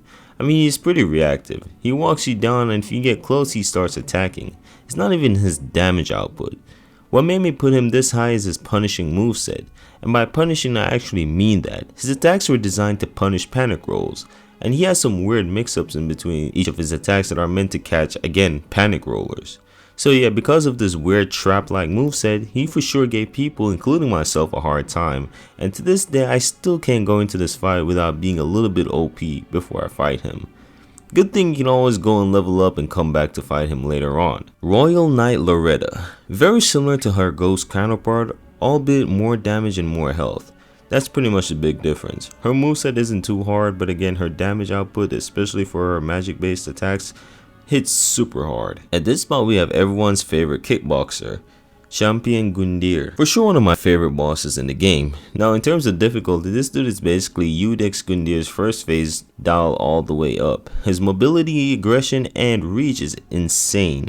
His combo potential is also pretty good. He's basically a typical night boss turned up to the max. Decaying Zyx. I'ma just call him Ezekiel. There's a reason why I put Ezekiel much higher and chose to rank him differently from the other overworld basic dragons, and that's because out of all the other basic dragons I fought, whether it's glintstone or just the regular fire breathing ones, shit, even the ghost dragons, Ezekiel gave me a harder time mostly due to his scarlet rot and the amount of area that shit covers. What makes it worse is that it can stun lock you, which makes it so happens you die quickly. So yeah, because of that, I thought it would only be fair to rank him higher than most of the other bosses, but the dragon ones. Commander O'Neill. Commander O'Neill is where the summons start becoming just as dangerous as the boss himself. Trying to deal with multiple enemies while Scarlet Rot is slowly eating away at your health can get overwhelming pretty quickly. Once you clear out the summons, the fight becomes much more easier to handle, but those opening moments are definitely what earns him this spot. And just like that, we've officially entered the top 100. And here we have Rom the Vacuous Spider. Rom herself isn't all that threatening. The real problem is the little spider babies surrounding her.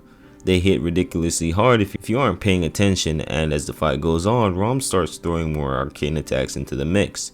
Deal with the spiders first, stay patient, and everything else falls into place. The 7 Ashen Spears are probably some of the toughest mini-bosses you'll run into in early Sekiro. Their spear has insane range, they hit incredibly hard, and they'll punish bad deflects all day. Thankfully, learning the Mikiri counter changes everything. And again, that's about it. Once you learn this mechanic, the fights become far less intimidating than they first seem. Again, since it's Sekiro, these guys hit like missiles. So one hit is pretty much taking out your entire health if you're not careful. Mohg the Omen. The sewer version of Mohg is basically a preview of what's waiting for you later. He's got plenty of delayed attacks, nasty blood flame, and enough combo variety to keep you guessing. Thankfully, you don't have to worry about the nihil here, which makes the fight noticeably more manageable. Even so, he'll definitely keep you on your toes. True Corrupted Monk. Unlike the Ghost version, this fight just keeps going. 3 full phases mean there's plenty of opportunities to make mistakes, and that third phase with the centipede attacks can definitely catch you off guard with the terror buildup. Thankfully, you can completely skip the second phase if you know what you're doing, which makes the fight less difficult. Lothric and Lorien. These two are easily one of the best, if not the best duo fights FromSoft ever made. Lorien's aggression already keeps you under pressure, then Lothric starts adding faith magic into the mix while constantly reviving his brother. The teleportation can be frustrating at first, but after enough attempts you start recognizing the flow of the fight and everything just, it starts to click. Definitely one of the best fights in the series for sure. Aldrich, Devourer of Gods. Aldrich can be pretty frustrating simply because he spends so much time disappearing around the arena. Then he got the magic attacks and those infamous aura barrages that can absolutely shred your health if you get caught. Learn how to stay close whenever he resurfaces and the fight becomes much more manageable than it first appears. Soul of Cinder. Soul of Cinder is honestly the definition of a final boss. He constantly changes fighting styles, forcing you to adapt on the fly instead of getting comfortable with one moveset. Just when you think you've figured him out, phase 2 begins and suddenly you're fighting a much more aggressive version of Gwyn himself. He demands consistency more than anything else, and that's why a lot of players, including myself, remember this fight a lot. Elden Beast. Back in the day, holy shit, saying back in the day feels crazy. I can't believe 2022 was 4 years ago, like damn. Anyways, Elden Beast used to be much more of an annoying fight before Torrent was added. Half the fight felt like chasing this giant space dinosaur fish thingy across the arena. Now that Torrent can be summoned, getting back into the action is way easier, making the whole fight much more enjoyable while also bringing the difficulty down a bit. Still a great challenge though, but not as difficult as before. Ancient Dragon Lanciax. Lanciax takes everything you learn from the other dragon fights and adds a healthy amount of lightning into the mix. Between the huge lightning glaive attacks and all the lingering AoEs, it's much easier to get clipped than you'd expect, but that's mostly it with her. Her health and attack output is pretty great as well, and that's why I put her this high. Lich Dragon Fortisax. I don't know why I keep doing the weird accent thing. I'm not trying to make fun of anybody's accent. I literally just, whatever. Fortisax is honestly just a cooler version of Lanciax. He has the same attacks but throws in a couple of extra tricks here and there that keeps you paying attention throughout the fight. The constant death lightning can make positioning a little awkward, but after learning the spacing, you'll find the fight surprisingly fair despite how flashy it is. Morgoth the Omen King. Morgoth is honestly a weird boss to rank. In some ways I'd actually argue he's easier than Margit since he doesn't punish rolls quite as much. On the other hand though, he's got a way bigger arsenal of attacks, moves much faster and keeps chaining combos together. It's a strange balance that ends up making him a really solid challenge overall. Adele, Baron of the Night. And here's our very first Night Rain boss on the list, which honestly says a lot considering how high most of them rank in terms of difficulty. Ranking these bosses is a little weird though since the game is built around multiplayer, so I'm mostly judging them with teammates in mind. Even then, Adele puts up a respectable fight and asks your team to stay coordinated from start to finish. He's your typical beast fight at the end of the day, very chaotic and aggressive with its attacks, but the main one to look out for is the grab. Radahn of the Golden Order. For me, Radahn was always the harder half of the final boss. Between the constant holy spam teleporting all over the place, that devastating grab attack and input reading whenever you try to heal, he barely gives you a chance to relax. Thankfully, his health pool is rather average for a pseudo final boss, which makes him rank fairly high but also not as high as he could be. Caligo, Miasma of the Night. Caligo keeps the Night Rain trend going by throwing constant pressure at you and your entire team. The arena can quickly become chaotic with all the frost attacks flying around, forcing everyone to stay away if they're aware of their positioning. Like most Night Rain bosses though, it's all about communication and your teammates, which is why it's tricky comparing them directly to the mainline Soul bosses. But if I had to rank based on personal experience, then Calico gets this spot for sure. And at the very top of the decent challenge tier, we have Rykard, Lord of Blasphemy. Rykard is definitely one of FromSoft's better gimmick fights. The Serpent Hunter makes dealing damage straightforward, but that doesn't mean he can completely turn your brain off. His lava, exploding skulls, and massive attacks can still punish sloppy play. Rykard is for sure one of those bosses that can be really hard the first 1 or 2 playthroughs, but after more and more times fighting him, you'll realize that yes, while he's hard mostly because of his damage output, health, coupled in with some of his special attacks, he's only a decent challenge as his moveset is fairly slow and readable. So I guess that's a good balance. Okay, that was it for the decent challenge tier. Now let's move on to the real hitters. The hard tier. I don't have to explain anything about this tier because these bosses are just straight up hard. That's it. The first bosses we have here is the Lone Shadows, or are the Lone Shadows. The Lone Shadows are where Sekiro really starts testing whether you've actually mastered deflecting. They're insanely aggressive, love chaining long combos together, and really give you a second to breathe. Throw in a poison or extra enemies depending on the encounter and things get even messier. Even after multiple playthroughs, these guys can still catch me slipping if I'm not fully locked in. Ancient Hero of Zamor. For whatever reason, I struggled with this guy way more than a lot of the bosses I ranked before him, which is honestly kinda weird. His frost attacks, delayed swings, and constant movement always threw me off. And he's not some insanely complicated boss or anything, but every time I fight him, he somehow manages to make me work harder than I expect. The Godskin Noble can become a real problem if you let him dictate the pace. Everybody talks about the rolling attack, and yeah, it can definitely be annoying, but honestly, it's that rapid thrust attack that scares me the most. The move can absolutely delete your health bar before you even realize what happened, making every close range exchange feel risky. Leda and allies. Technically these aren't traditional bosses, but they still block progression, so I included them here. This fight can quickly turn into complete chaos depending on which ally shows up. Suddenly you're dealing with multiple NPCs using different builds, healing, casting, and rushing you all at once. It almost feels like an invasion squad rather than a boss fight, and that's what exactly makes it so difficult. Royal Revenant. I genuinely hate fighting Royal Revenants because, I mean, let's be honest, they're annoying as hell. These things move at 1,000,000 miles an hour, chain together ridiculously long combos, and barely give you enough time to react. Half the time it feels like they're just flailing around, yet somehow every attack still connects. Sure, healing spells completely destroy them, but if you're fighting one normally, prepare for a stressful couple of minutes. Ludenzahlen. Ludenzahlen are already a challenging duo, but let's be honest, the run back is the real final boss here. Frigid Outskirts is easily one of the worst areas FromSoft has ever designed, and by the time you finally reach the arena, you're probably already annoyed and mentally drained.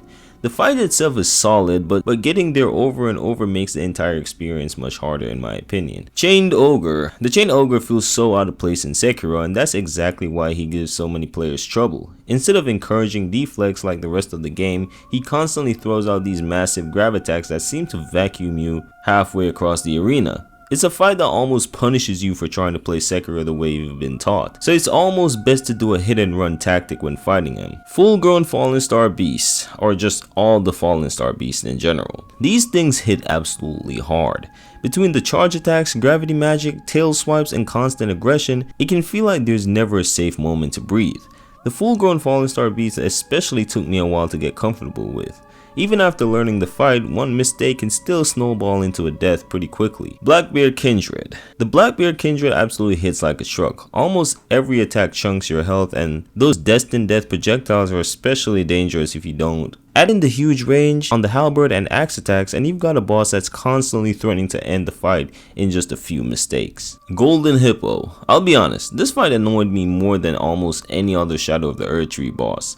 And that says a lot, maybe except for the final one. That giant head hitbox makes the camera go absolutely crazy, and the opening grab attack has probably killed me more than I'd like to admit.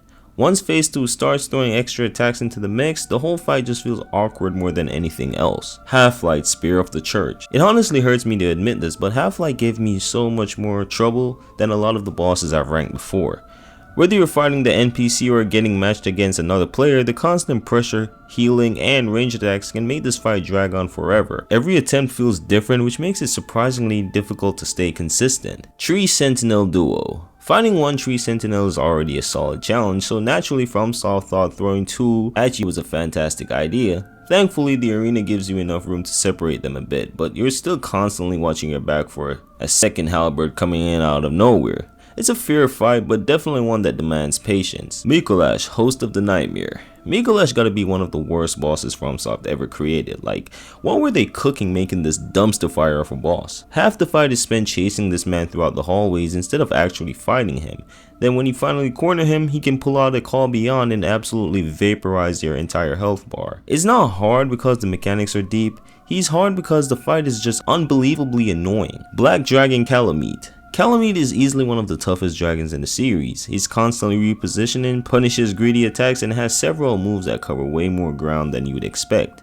Unlike a lot of the earlier dragons, you can't just camp underneath him and expect everything to work out. He keeps you on the toes from the beginning to end, and that's what I like about him. The Burnt Ivory King himself isn't the hardest part of this encounter. It's everything that you have to survive before he even shows up. Fighting wave after wave of knights slowly draining your healing and your focus makes the boss feel much tougher by the time you finally enter the arena. The whole fight ends up being a serious endurance test. Dark Lurker is already a difficult boss on its own, but man, getting back to this fight is genuinely awful. Having to go through the Dark Chasm every single attempt makes every death feel even worse. Then once phase 2 starts and you're dealing with two Dark Lurkers throwing magic everywhere, things can get out of hand really fast. That's why I place Dark Lurker up so high. Manus, Father of the Abyss. Sometimes it feels like Manus accidentally time traveled from Dark Souls 3 and snuck his way into Dark Souls 1. His aggression, speed, and relentless combos are on a completely different level compared to most bosses in the base game. Add in the dark magic during the second half of the fight and you've got a boss that still puts up a serious fight all these years later. Shadow Tree Avatar. The Shadow Tree Avatar is another fight that just keeps going. Every time you think you've won, another phase begins. Learning one moveset isn't enough because the attacks become much more dangerous as the fight progresses, and those thorn explosions punish bad positioning really hard. Surviving all three phases consistently is what makes this boss so demanding. Deathrite Bird. If the regular death birds were annoying to you, well shit, get ready for the Deathrite Birds. Their ghost flame attacks hit ridiculously hard, cover huge portions of the arena, and make approaching safely a real challenge. The one outside Castle Sol especially gave me way more trouble than I'd like to admit. And even now, I never go into these fights expecting an easy win, so I just ignore all of them. Noster, Wisdom of the Night. Noster is where Night Rain really starts turning up the heat. Trying to keep track of everything happening around the arena while coordinating with your teammates can become very overwhelming pretty quickly. Like most Night Rain bosses though, this fight is clearly designed around multiplayer, and you definitely feel that when the pressure starts building. Maurice, Fathom of the Night. This boss might not look as intimidating as some of the other ones in Night Rain, but don't let that fool you. The fight demands constant awareness thanks to the mix of range attacks, movements, and other attacks that can quickly catch an entire team off guard. Communication makes a huge difference here, and if your group isn't on the same page, well, shit can get bad pretty quickly. Bell-Bearing Hunter, specifically the one in Caelid. The Caelid Bell-Bearing Hunter is on a completely different level compared to the other versions. This dude hits unbelievably hard, has ridiculous range thanks to the floating sword, and barely gives you enough time to heal. I swear every attack feels like it's one bad dodge away from killing you. Even after learning the fight, I still never feel completely comfortable going into it. Commander Nile. Commander Nile is where Elden Ring starts getting really mean with summons. The opening alone is stressful because you're immediately dealing with two powerful knights before you can fully focus on Nile himself. Then once they're gone, he starts throwing out massive frost attacks and long combos that can end you in seconds. This fight still commands your full attention every time. Gehrman the First Hunter. Gehrman is one of those bosses that constantly reminds you why Bloodborne rewards aggression. He's incredibly fast, closes distance almost instantly, and punishes hesitation better than most bosses in the game. His attacks aren't impossible to read, but they're quick enough that losing focus for even a second can cost you the entire fight. Next up we have Lady Maria. Lady Maria is just an incredible duo from start to finish. Every phase ramps up the pressure a little more, adding blood attacks and eventually fire to an already dangerous moveset. She's aggressive without ever feeling unfair, and she really gives you enough downtime to relax. Even now, she's still one of Bloodborne's toughest fights, and that's why I placed her here in the hard tier. Great Shinobi Owl. Owl fights dirty, which honestly fits him perfectly because, I mean, he's a shinobi. Between the anti-healing bombs, firecrackers, quick slashes, and constant pressure, it always feels like he's trying to force mistakes out of you. He doesn't rely on flashy gimmicks either, it's just pure fundamentals, and if your deflects aren't on point, he'll expose that immediately. Genichiro Ashina. For a lot of players, Genichiro is the moment Sekiro finally clicks. After beating you up about 50 times first, he tests everything you've learned up to that point. Deflecting, Mikiri counters, lightning reversals, staying aggressive, it's all here. Even after multiple playthroughs, I still have to lock in every single time I fight him. Nameless King. The Nameless King definitely earned his reputation. The first phase can already be awkward because you're fighting both the camera and the King of the Storm. Then phase 2 begins and you're dealing with delayed attacks, massive damage, and one of the trickiest rhythms in the series. Panic rolling against this guy is basically asking to die. Pontiff Solivan. Pontiff is easily the second major roadblock in Dark Souls 3. I remember thinking the Abyss Watchers were tough, then I reached Pontiff and immediately wanted to apologize to the Abyss Watchers for ever complaining. This guy barely lets you even breathe, constantly mixes up his combos, and gets even more dangerous once his clone enters the fight. Because of all this, I had to place him here. Martyr Ligarius. Martyr Ligarius loves keeping the fight on his terms. He'll constantly back away, throw magic across the arena, and force you to chase him before suddenly rushing back in with devastating melee attacks. The damage output is already scary enough, but the lack of long punish windows makes every hit you land feel earned. Next up we have Emma and Ishin Ashina. Emma might seem simple at first, but she's more capable of punishing sloppy play before Ishin even enters the arena. Then the real challenge begins. Ishin's fire attacks, fast swordplay, and constant pressure leave very little room for mistakes. By the end of the fight, every heal feels like a risk. Here we have Godfrey, the real Godfrey. Godfrey starts out as an amazing test of positioning and jump timing, but phase 2 is where things really get serious. Once he starts grabbing everything in sight, the pace changes completely. All of a sudden, this dude is now a WWE wrestler. There's way less downtime between attacks and it constantly feels like he's one step away from throwing you across the arena. Star Scourge Radahn. They've nerfed Radahn quite a bit. Even so, I still think he's genuinely a difficult boss. His size, huge range, and gravity attacks can overwhelm you if things starts going wrong. The summon helps to take some pressure off, but they don't suddenly make the fight easy, and Patches just disappears as soon as he gets in. So fuck him, I guess. Ludwig the Accursed.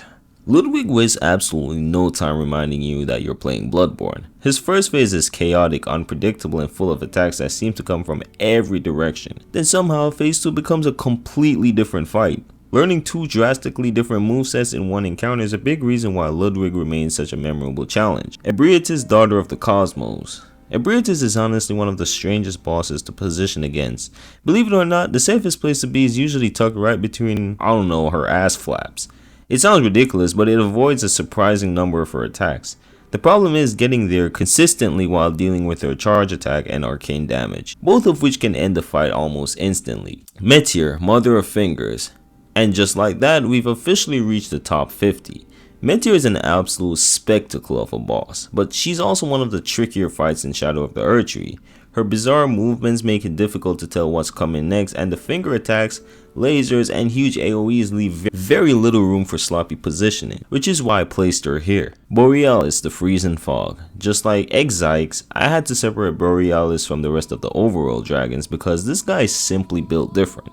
The Frost Breath covers an absurd amount of ground, Frostbite builds up ridiculously fast, and his roar can completely throw off the pace of the fight. Every time I fight Borealis, I have to lock in because one bad position can change the entire course of the fight. Plus its health is enormous, so most of the times I just avoid fighting it in general. Guardian Ape. Guardian Ape is basically FromSoft saying, you thought you knew how to play Sekiro? Well, think again. The first phase is wild enough with all the jumping, grabs, and shit throwing.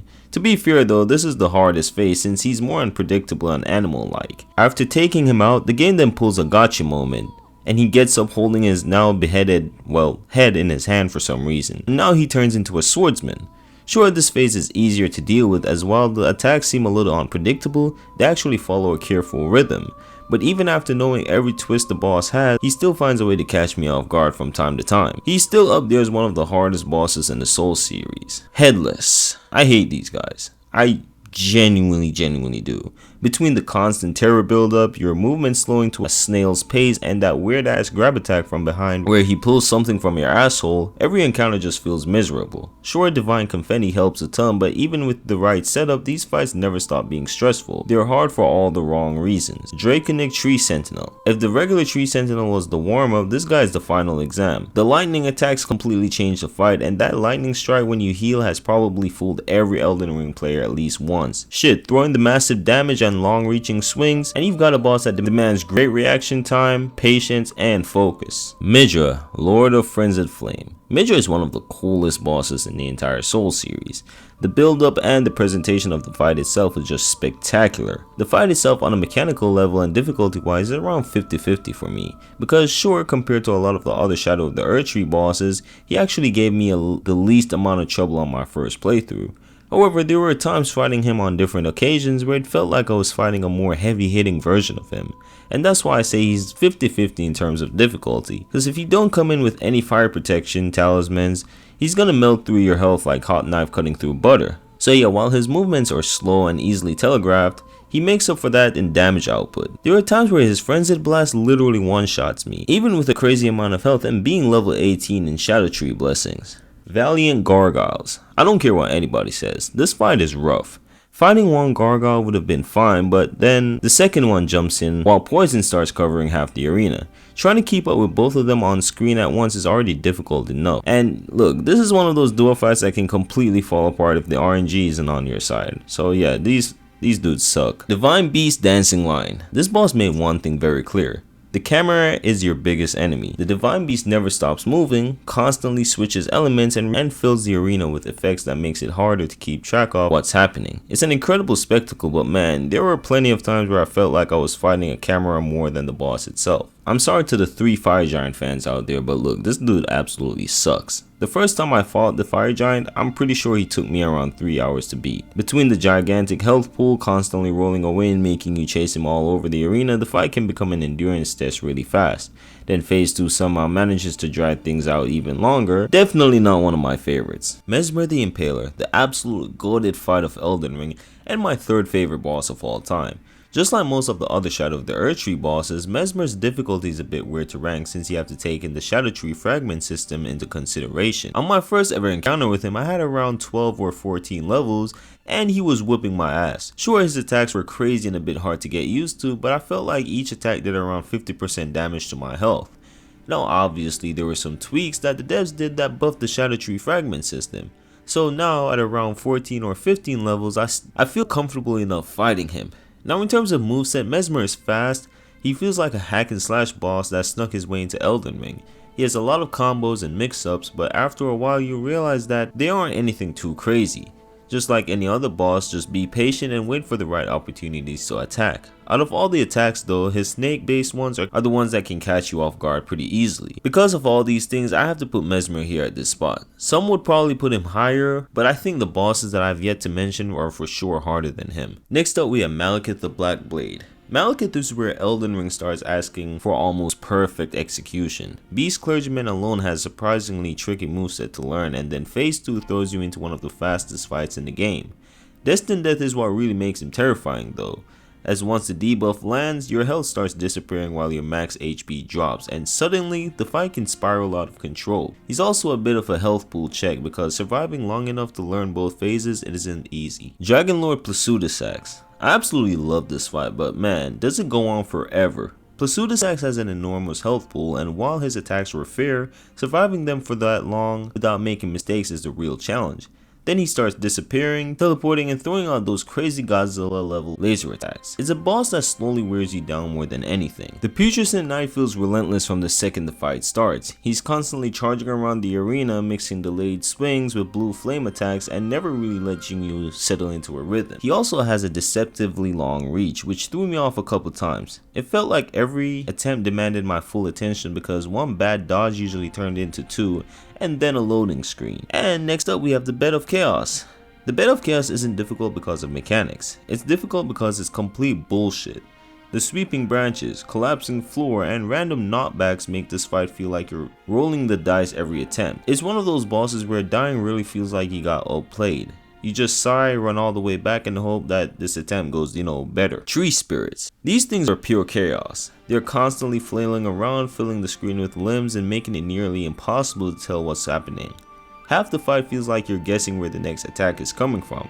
I've beaten plenty of them at this point, but they still manage to stress me out almost every single time. So nowadays on new runs I usually just skip them. Crucible Knight Duo. This fight absolutely humbled me. Going into it, I'd already fought plenty of Crucible Knights and thought I knew exactly what to expect. I heard some people complaining that they were hard, but I just brushed past that. But nah, these guys are hard. Trying to keep track of both the late moveset while avoiding getting boxed into a corner was brutal.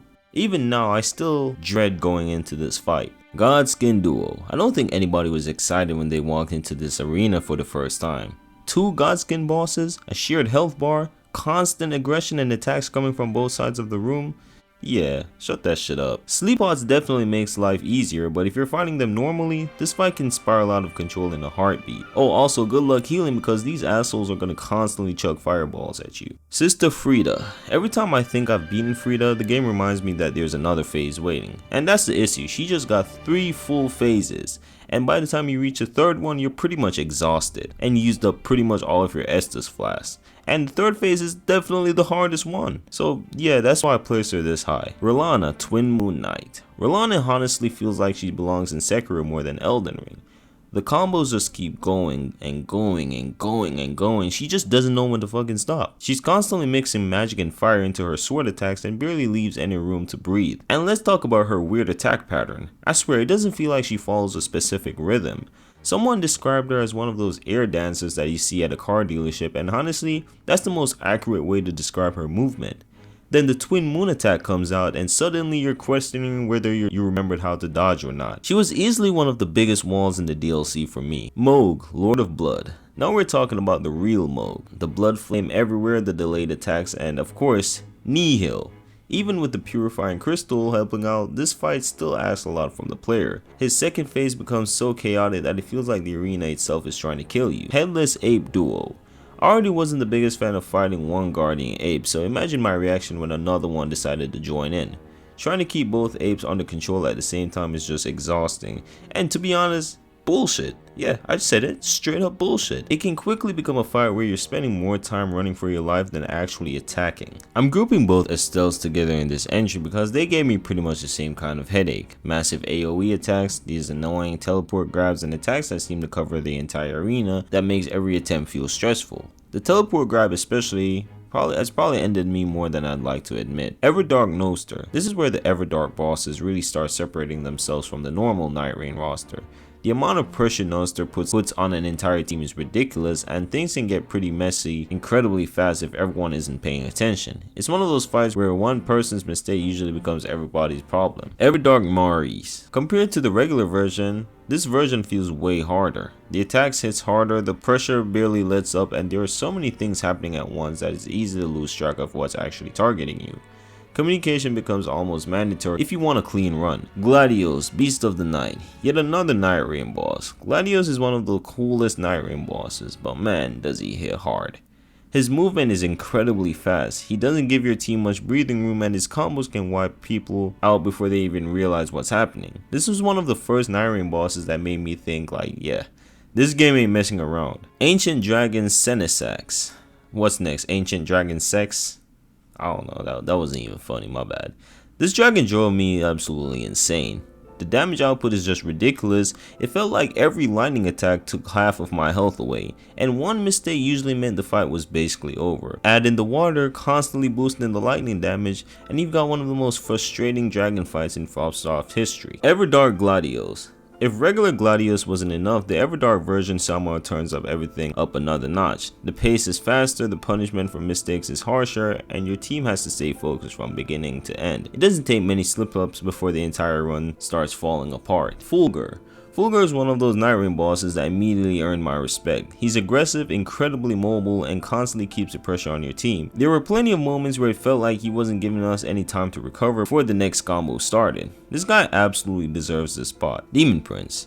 The Demon Prince is easily one of the best duo fights FromSoft has ever made. The opening phase already keeps you busy managing 2 demons with different attack patterns, and then the second phase throws an entirely new boss at you.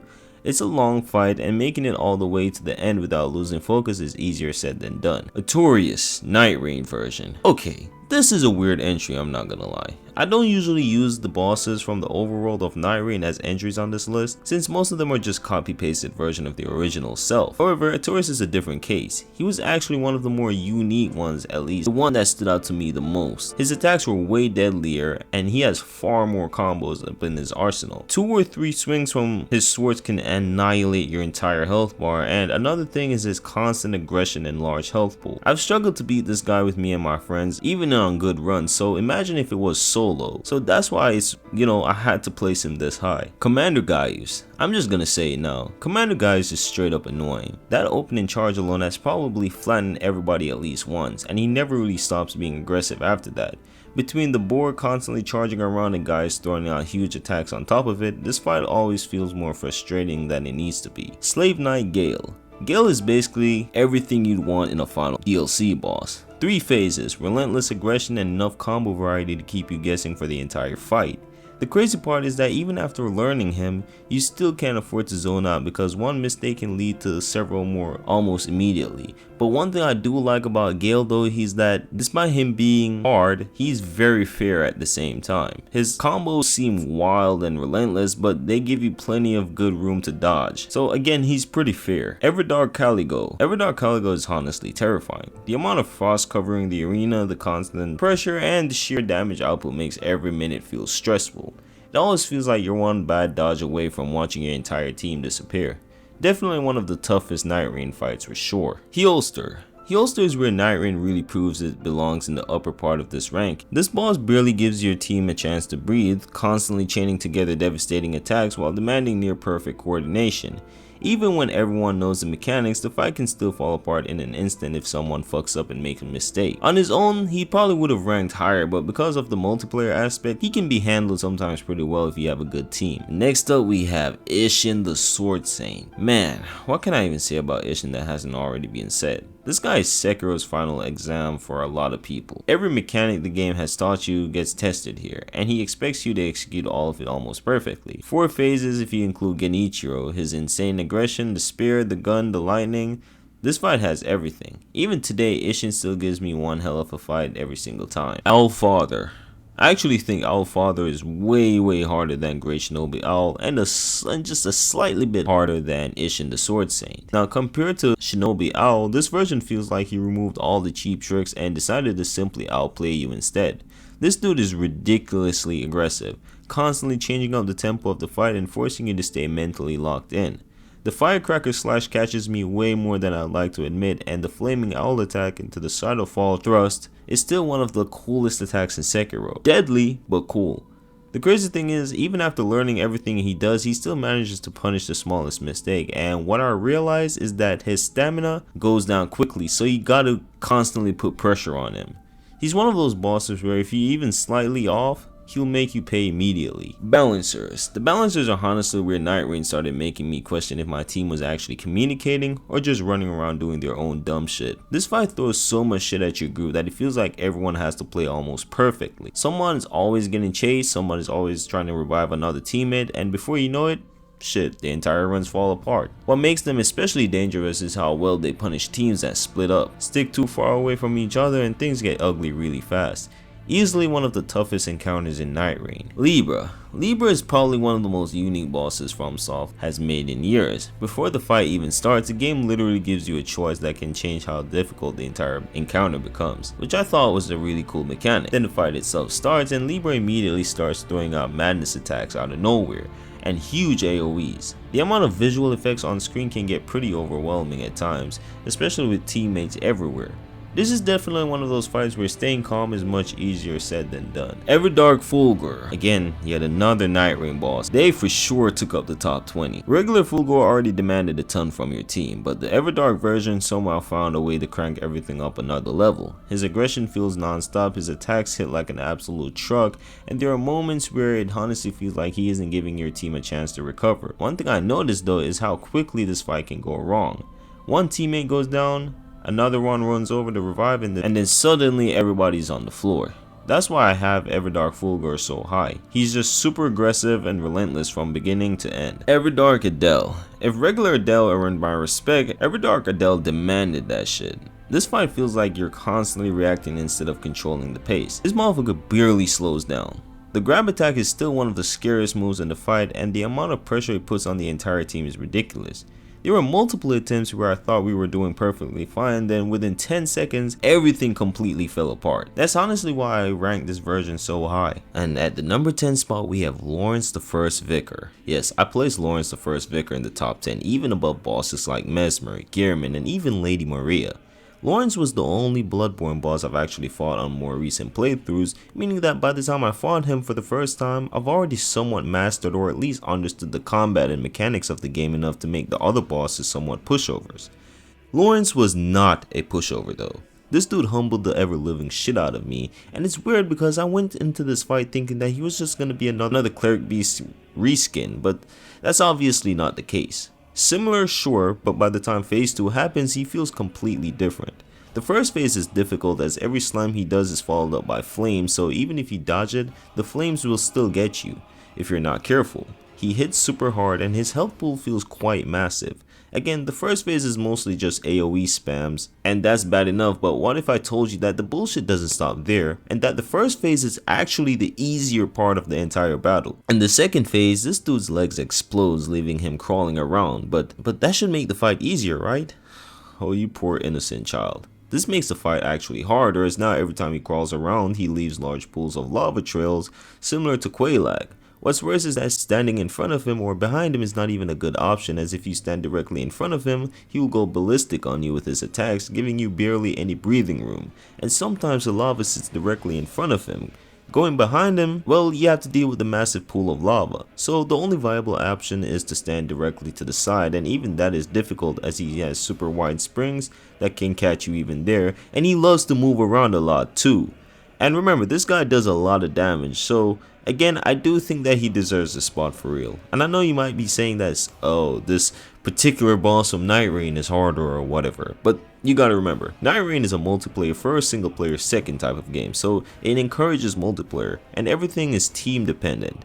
While here you're by yourself, and even with summons, this particular fight can be harder as now you have to deal with him having more health, and way less predictable and more relentless moveset. Because of all these factors, I decided to place Lawrence here at the number 10 spot.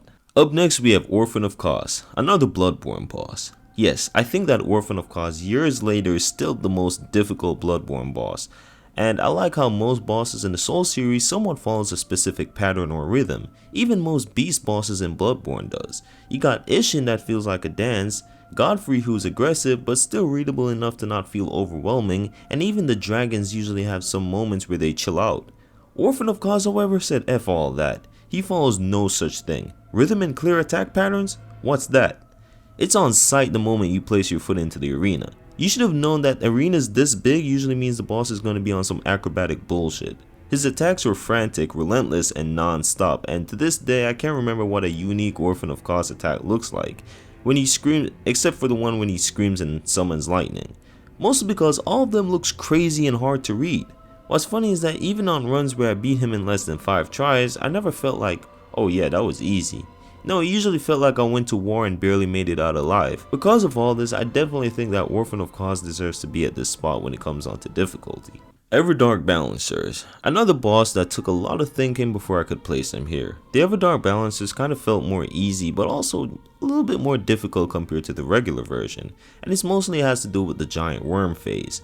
The fact that a lot of its attacks feel so incredibly hard to dodge really adds to the difficulty, and not only that, their health pool is super massive, which makes the fight feels like it's going on forever. Their attacks do a lot of damage, and again, the worm face is what really brings up the difficulty, as you barely can even attack it. You just gotta wait there until it's finished doing its bullshit, then you can fight them regularly again, and this takes a long time to stop. So yeah, because of this, I had to place them at this spot. Dark Eater Midir. Dark Eater Midir is still in my opinion the hardest Dark Souls 3 boss. I remember at one point I had Frida over him, but now after fighting them again, I completely changed my ranking. Midir's initial difficulty comes from the fact that you don't really know where to attack. Targeting his feet does barely any damage, and most of the time it's hard to read his attack pattern since you're under him. It's always best to face him head on and attack his head. Here you realize that a lot of his attacks aren't chaotic and actually follow a pattern if you stand in front of him. Now it's all a waiting game for him to finish up a combo and attack when his head is low on the ground. But this is all easier said than done. His attacks are insanely deadly, his health pool is super huge, and I know I said that a lot for the bosses, but I mean it's for real when it comes on to Midir. This fight feels like it goes on forever, and again, one of his attacks can wipe out nearly your entire health. So he's definitely a health point check as well. Because of all of this, I had to place him here. Bale the Dread. Bale is similar to Midir because while he's a super hard dragon fight with a lot of health, the difference between both of them though is that while it's easier to fight Midir up front, Bale is hard to fight whether it's in front of him, under him, or whatnot. You see, it seems a bit obvious that you should attack his injured leg stump, but that makes it hard to see what type of attacks he's going to do because sometimes he will do a sweep and knock your ass on the ground, and other times he will just pull a Midir and blow fire under his crotch. In his second phase, his agility goes all the way up as he barely stays in one spot. He also has this flying being attack that's extremely hard to dodge, and remember, he's a dragon, so all these attacks he's doing are going to take out chunks of your health. Dreglord. The Dreglord from Nightreign is a difficult fight mostly due to his sheer aggression, his summons, and pure agility. Also the Scarlet Rot. He's like a mixture of Gale and the Erdtree avatars. He has a lot of attacks in his arsenal, and since he's a Nightreign boss, he has a ton of AoEs you should watch out for. His health is another thing to worry about as well. And not only that, in his second phase, his moveset completely changes. So because of all these factors, I had to place him here, even above Bale and Midir. Demon of Hatred. This guy is definitely by far the hardest boss in Sekiro, mostly because he feels like a Bloodborne beast type boss that got placed into the game. Now I don't hate this fight, but I can see why some people don't like it. And what makes the Demon of Hatred hard is a combination of different things. His insane health and posture, the fact that most of his moveset isn't what the player is used to as he's just a big ass monster and not a swordsman. His attacks do a lot of damage, and even if you deflect them, you still take a lot of posture damage. And the fact that you have to deal with this for 3 whole phases feels like a drag. The strategy that some people use is to run around him and wait for openings. Me personally, I stay up close and deflect most of his attacks, and spam the attack button after he finishes a combo. That's it. But as you can see based off this clip I'm showing, I was fighting for my life. But yeah, those are the main reasons why the Demon of Hatred, in my opinion, is one of the hardest fights in Souls history. Next up at number 3 we have Everdark Libra. This dude is an absolute menace. I already thought regular Libra was one of the hardest Nightreign bosses, but somehow FromSoft looked at that and said, you know what, let's make him worse. The biggest problem with Everdark Libra is the fight never feels like it's under control.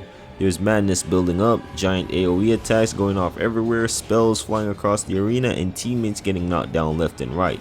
There were so many attempts where it'd be doing perfectly fine, everybody still had heals left, and then in 20 seconds the entire run was dead. What makes Libra so difficult is how much visual clutter is happening at once. There were times where I genuinely struggled to tell what attack I was supposed to be dodging because the screen was just filled with explosions, madness effects, and teammates running all over the place. What's worse is that he summons NPCs during the fight, which makes it even harder. That's why I have Everdark Libra all the way up here at the number 3 spot. It feels like if you make one mistake, even just a tiny one, the whole run gets ruined. At the number 2 spot we have MALENIA, Blade of Miquella. I think a lot of you already knew MALENIA was going to be in the top 5 or at least the top 10. But here she made it at the 2nd spot. MALENIA over the years has definitely become somewhat more manageable. Instead of fear and dread, I actually get excited going into the fight. And again, it has become what some would say way easier. Not easy, but easier to handle. But recency bias aside, you still have to remember that on a mechanical level, she's kind of a nightmare. 1, she heals every time she lands an attack, whether you block it or not. She does a decent amount of damage, a single attack from her takes out a chunk of health, and she usually follows them up quickly, so 2 hits from her is already doing over 50% damage. She has Scarlet Rot in the 2nd phase, and let's not forget the infamous waterfowl, an attack so notorious that there are whole dedicated mods and YouTube tutorials on how to dodge it. She also regains her health in the 2nd phase, so you're dealing with almost 2 full health bars. So yes, while in the recent years a lot of players including myself has now adapted to her fight by learning how to counter each attack or whatnot, she's still on paper and in practical a nightmare to deal with, and because of all this I had to place MALENIA here at number 2. Back in the day though, she would have definitely been at the number 1 spot, but someone even deadlier has now dethroned her. And now at the number 1 spot we have the hardest boss in FromSoft history, the one and only Promised Consort Radahn. PC Radahn is such a hard fight to this day, even after the nerfs. Yes, nerfs. This dude was a nightmare on launch. There were dedicated builds in order to fight him properly, and even then, bro was still insanely difficult. His damage output is absolutely insane, as it feels like one hit is taking out more than 60% of your health, and what's even worse is that the fact that his health pool is insanely massive. It's around 46,000, which for a singular boss like him that's not a gimmick, that's insane. You're barely just chipping away at his health, and this wouldn't be so bad if he actually stayed still, but he moves around so much. The first phase isn't too bad though, as his attacks were fairly readable, but the second phase is just a whole bunch of baloney. Every attack he lands is followed up by deadly holy lights, which makes dodging and positioning hard because you're gonna get chipped a lot of the times. And by chip I mean you're gonna get a chunk of your health taken away. The lighting is also bad in this phase due to the holy effects, so seeing his next attack can be quite difficult. He also has way more AoE attacks in this phase that can wipe out your entire health. And what if I told you that he's not only faster, but most of his attacks were way harder to dodge due to different mix-ups, combos, and the effects blinding you on screen. On top of that, his health is still something you gotta worry about, because it makes the fight feel like a slog. So anytime you come into this fight, it's always best to bring a bleed or a scarlet rot build or weapon. He also has a grab that can basically insta kill you the second time it catches you, and again he barely gives you any breathing room and has little downtime. He's always on go, and I think that's what separates him from MALENIA. While MALENIA is hard, most of her difficulty comes from two things: her waterfowl dance and the fact that she self heals. But let's be honest, the waterfowl dance is definitely the biggest reason. But after learning how to deal with those two things, the fight becomes so much easier. But with Promise Consort Radahn, he just has way too much factors that adds to his difficulty, which makes his boss fight feels much harder than hers. So because of this, I had to place Promise Consort Radahn at the #1 spot for the hardest boss in Souls history. And that was it for the ranking. Again, this was just my ranking, personal ranking, might I add. I know a lot of you probably disagreed with a lot of the rankings, but hey, that's what makes us humans. I don't expect you guys to agree with what I have to say. If you like this video, leave a like, leave a thumbs up, subscribe. If you don't like this video, then I don't know, leave a hateful comment. Tell me, I don't know, degrade me or something. Maybe I like that. Maybe I'm actually into that. You know, try that. But all jokes aside though, I really spent a long time making this video, and you know, I don't care if you hate it or love it. As long as you watch it, that alone just brings joy to my heart, knowing that someone is actually watching something I put time and effort into making. And I don't know, this might be one of my last big ranking videos, because I'm not gonna lie, this took a long time. But yeah guys, I hope you guys have a good one and have a blessed day.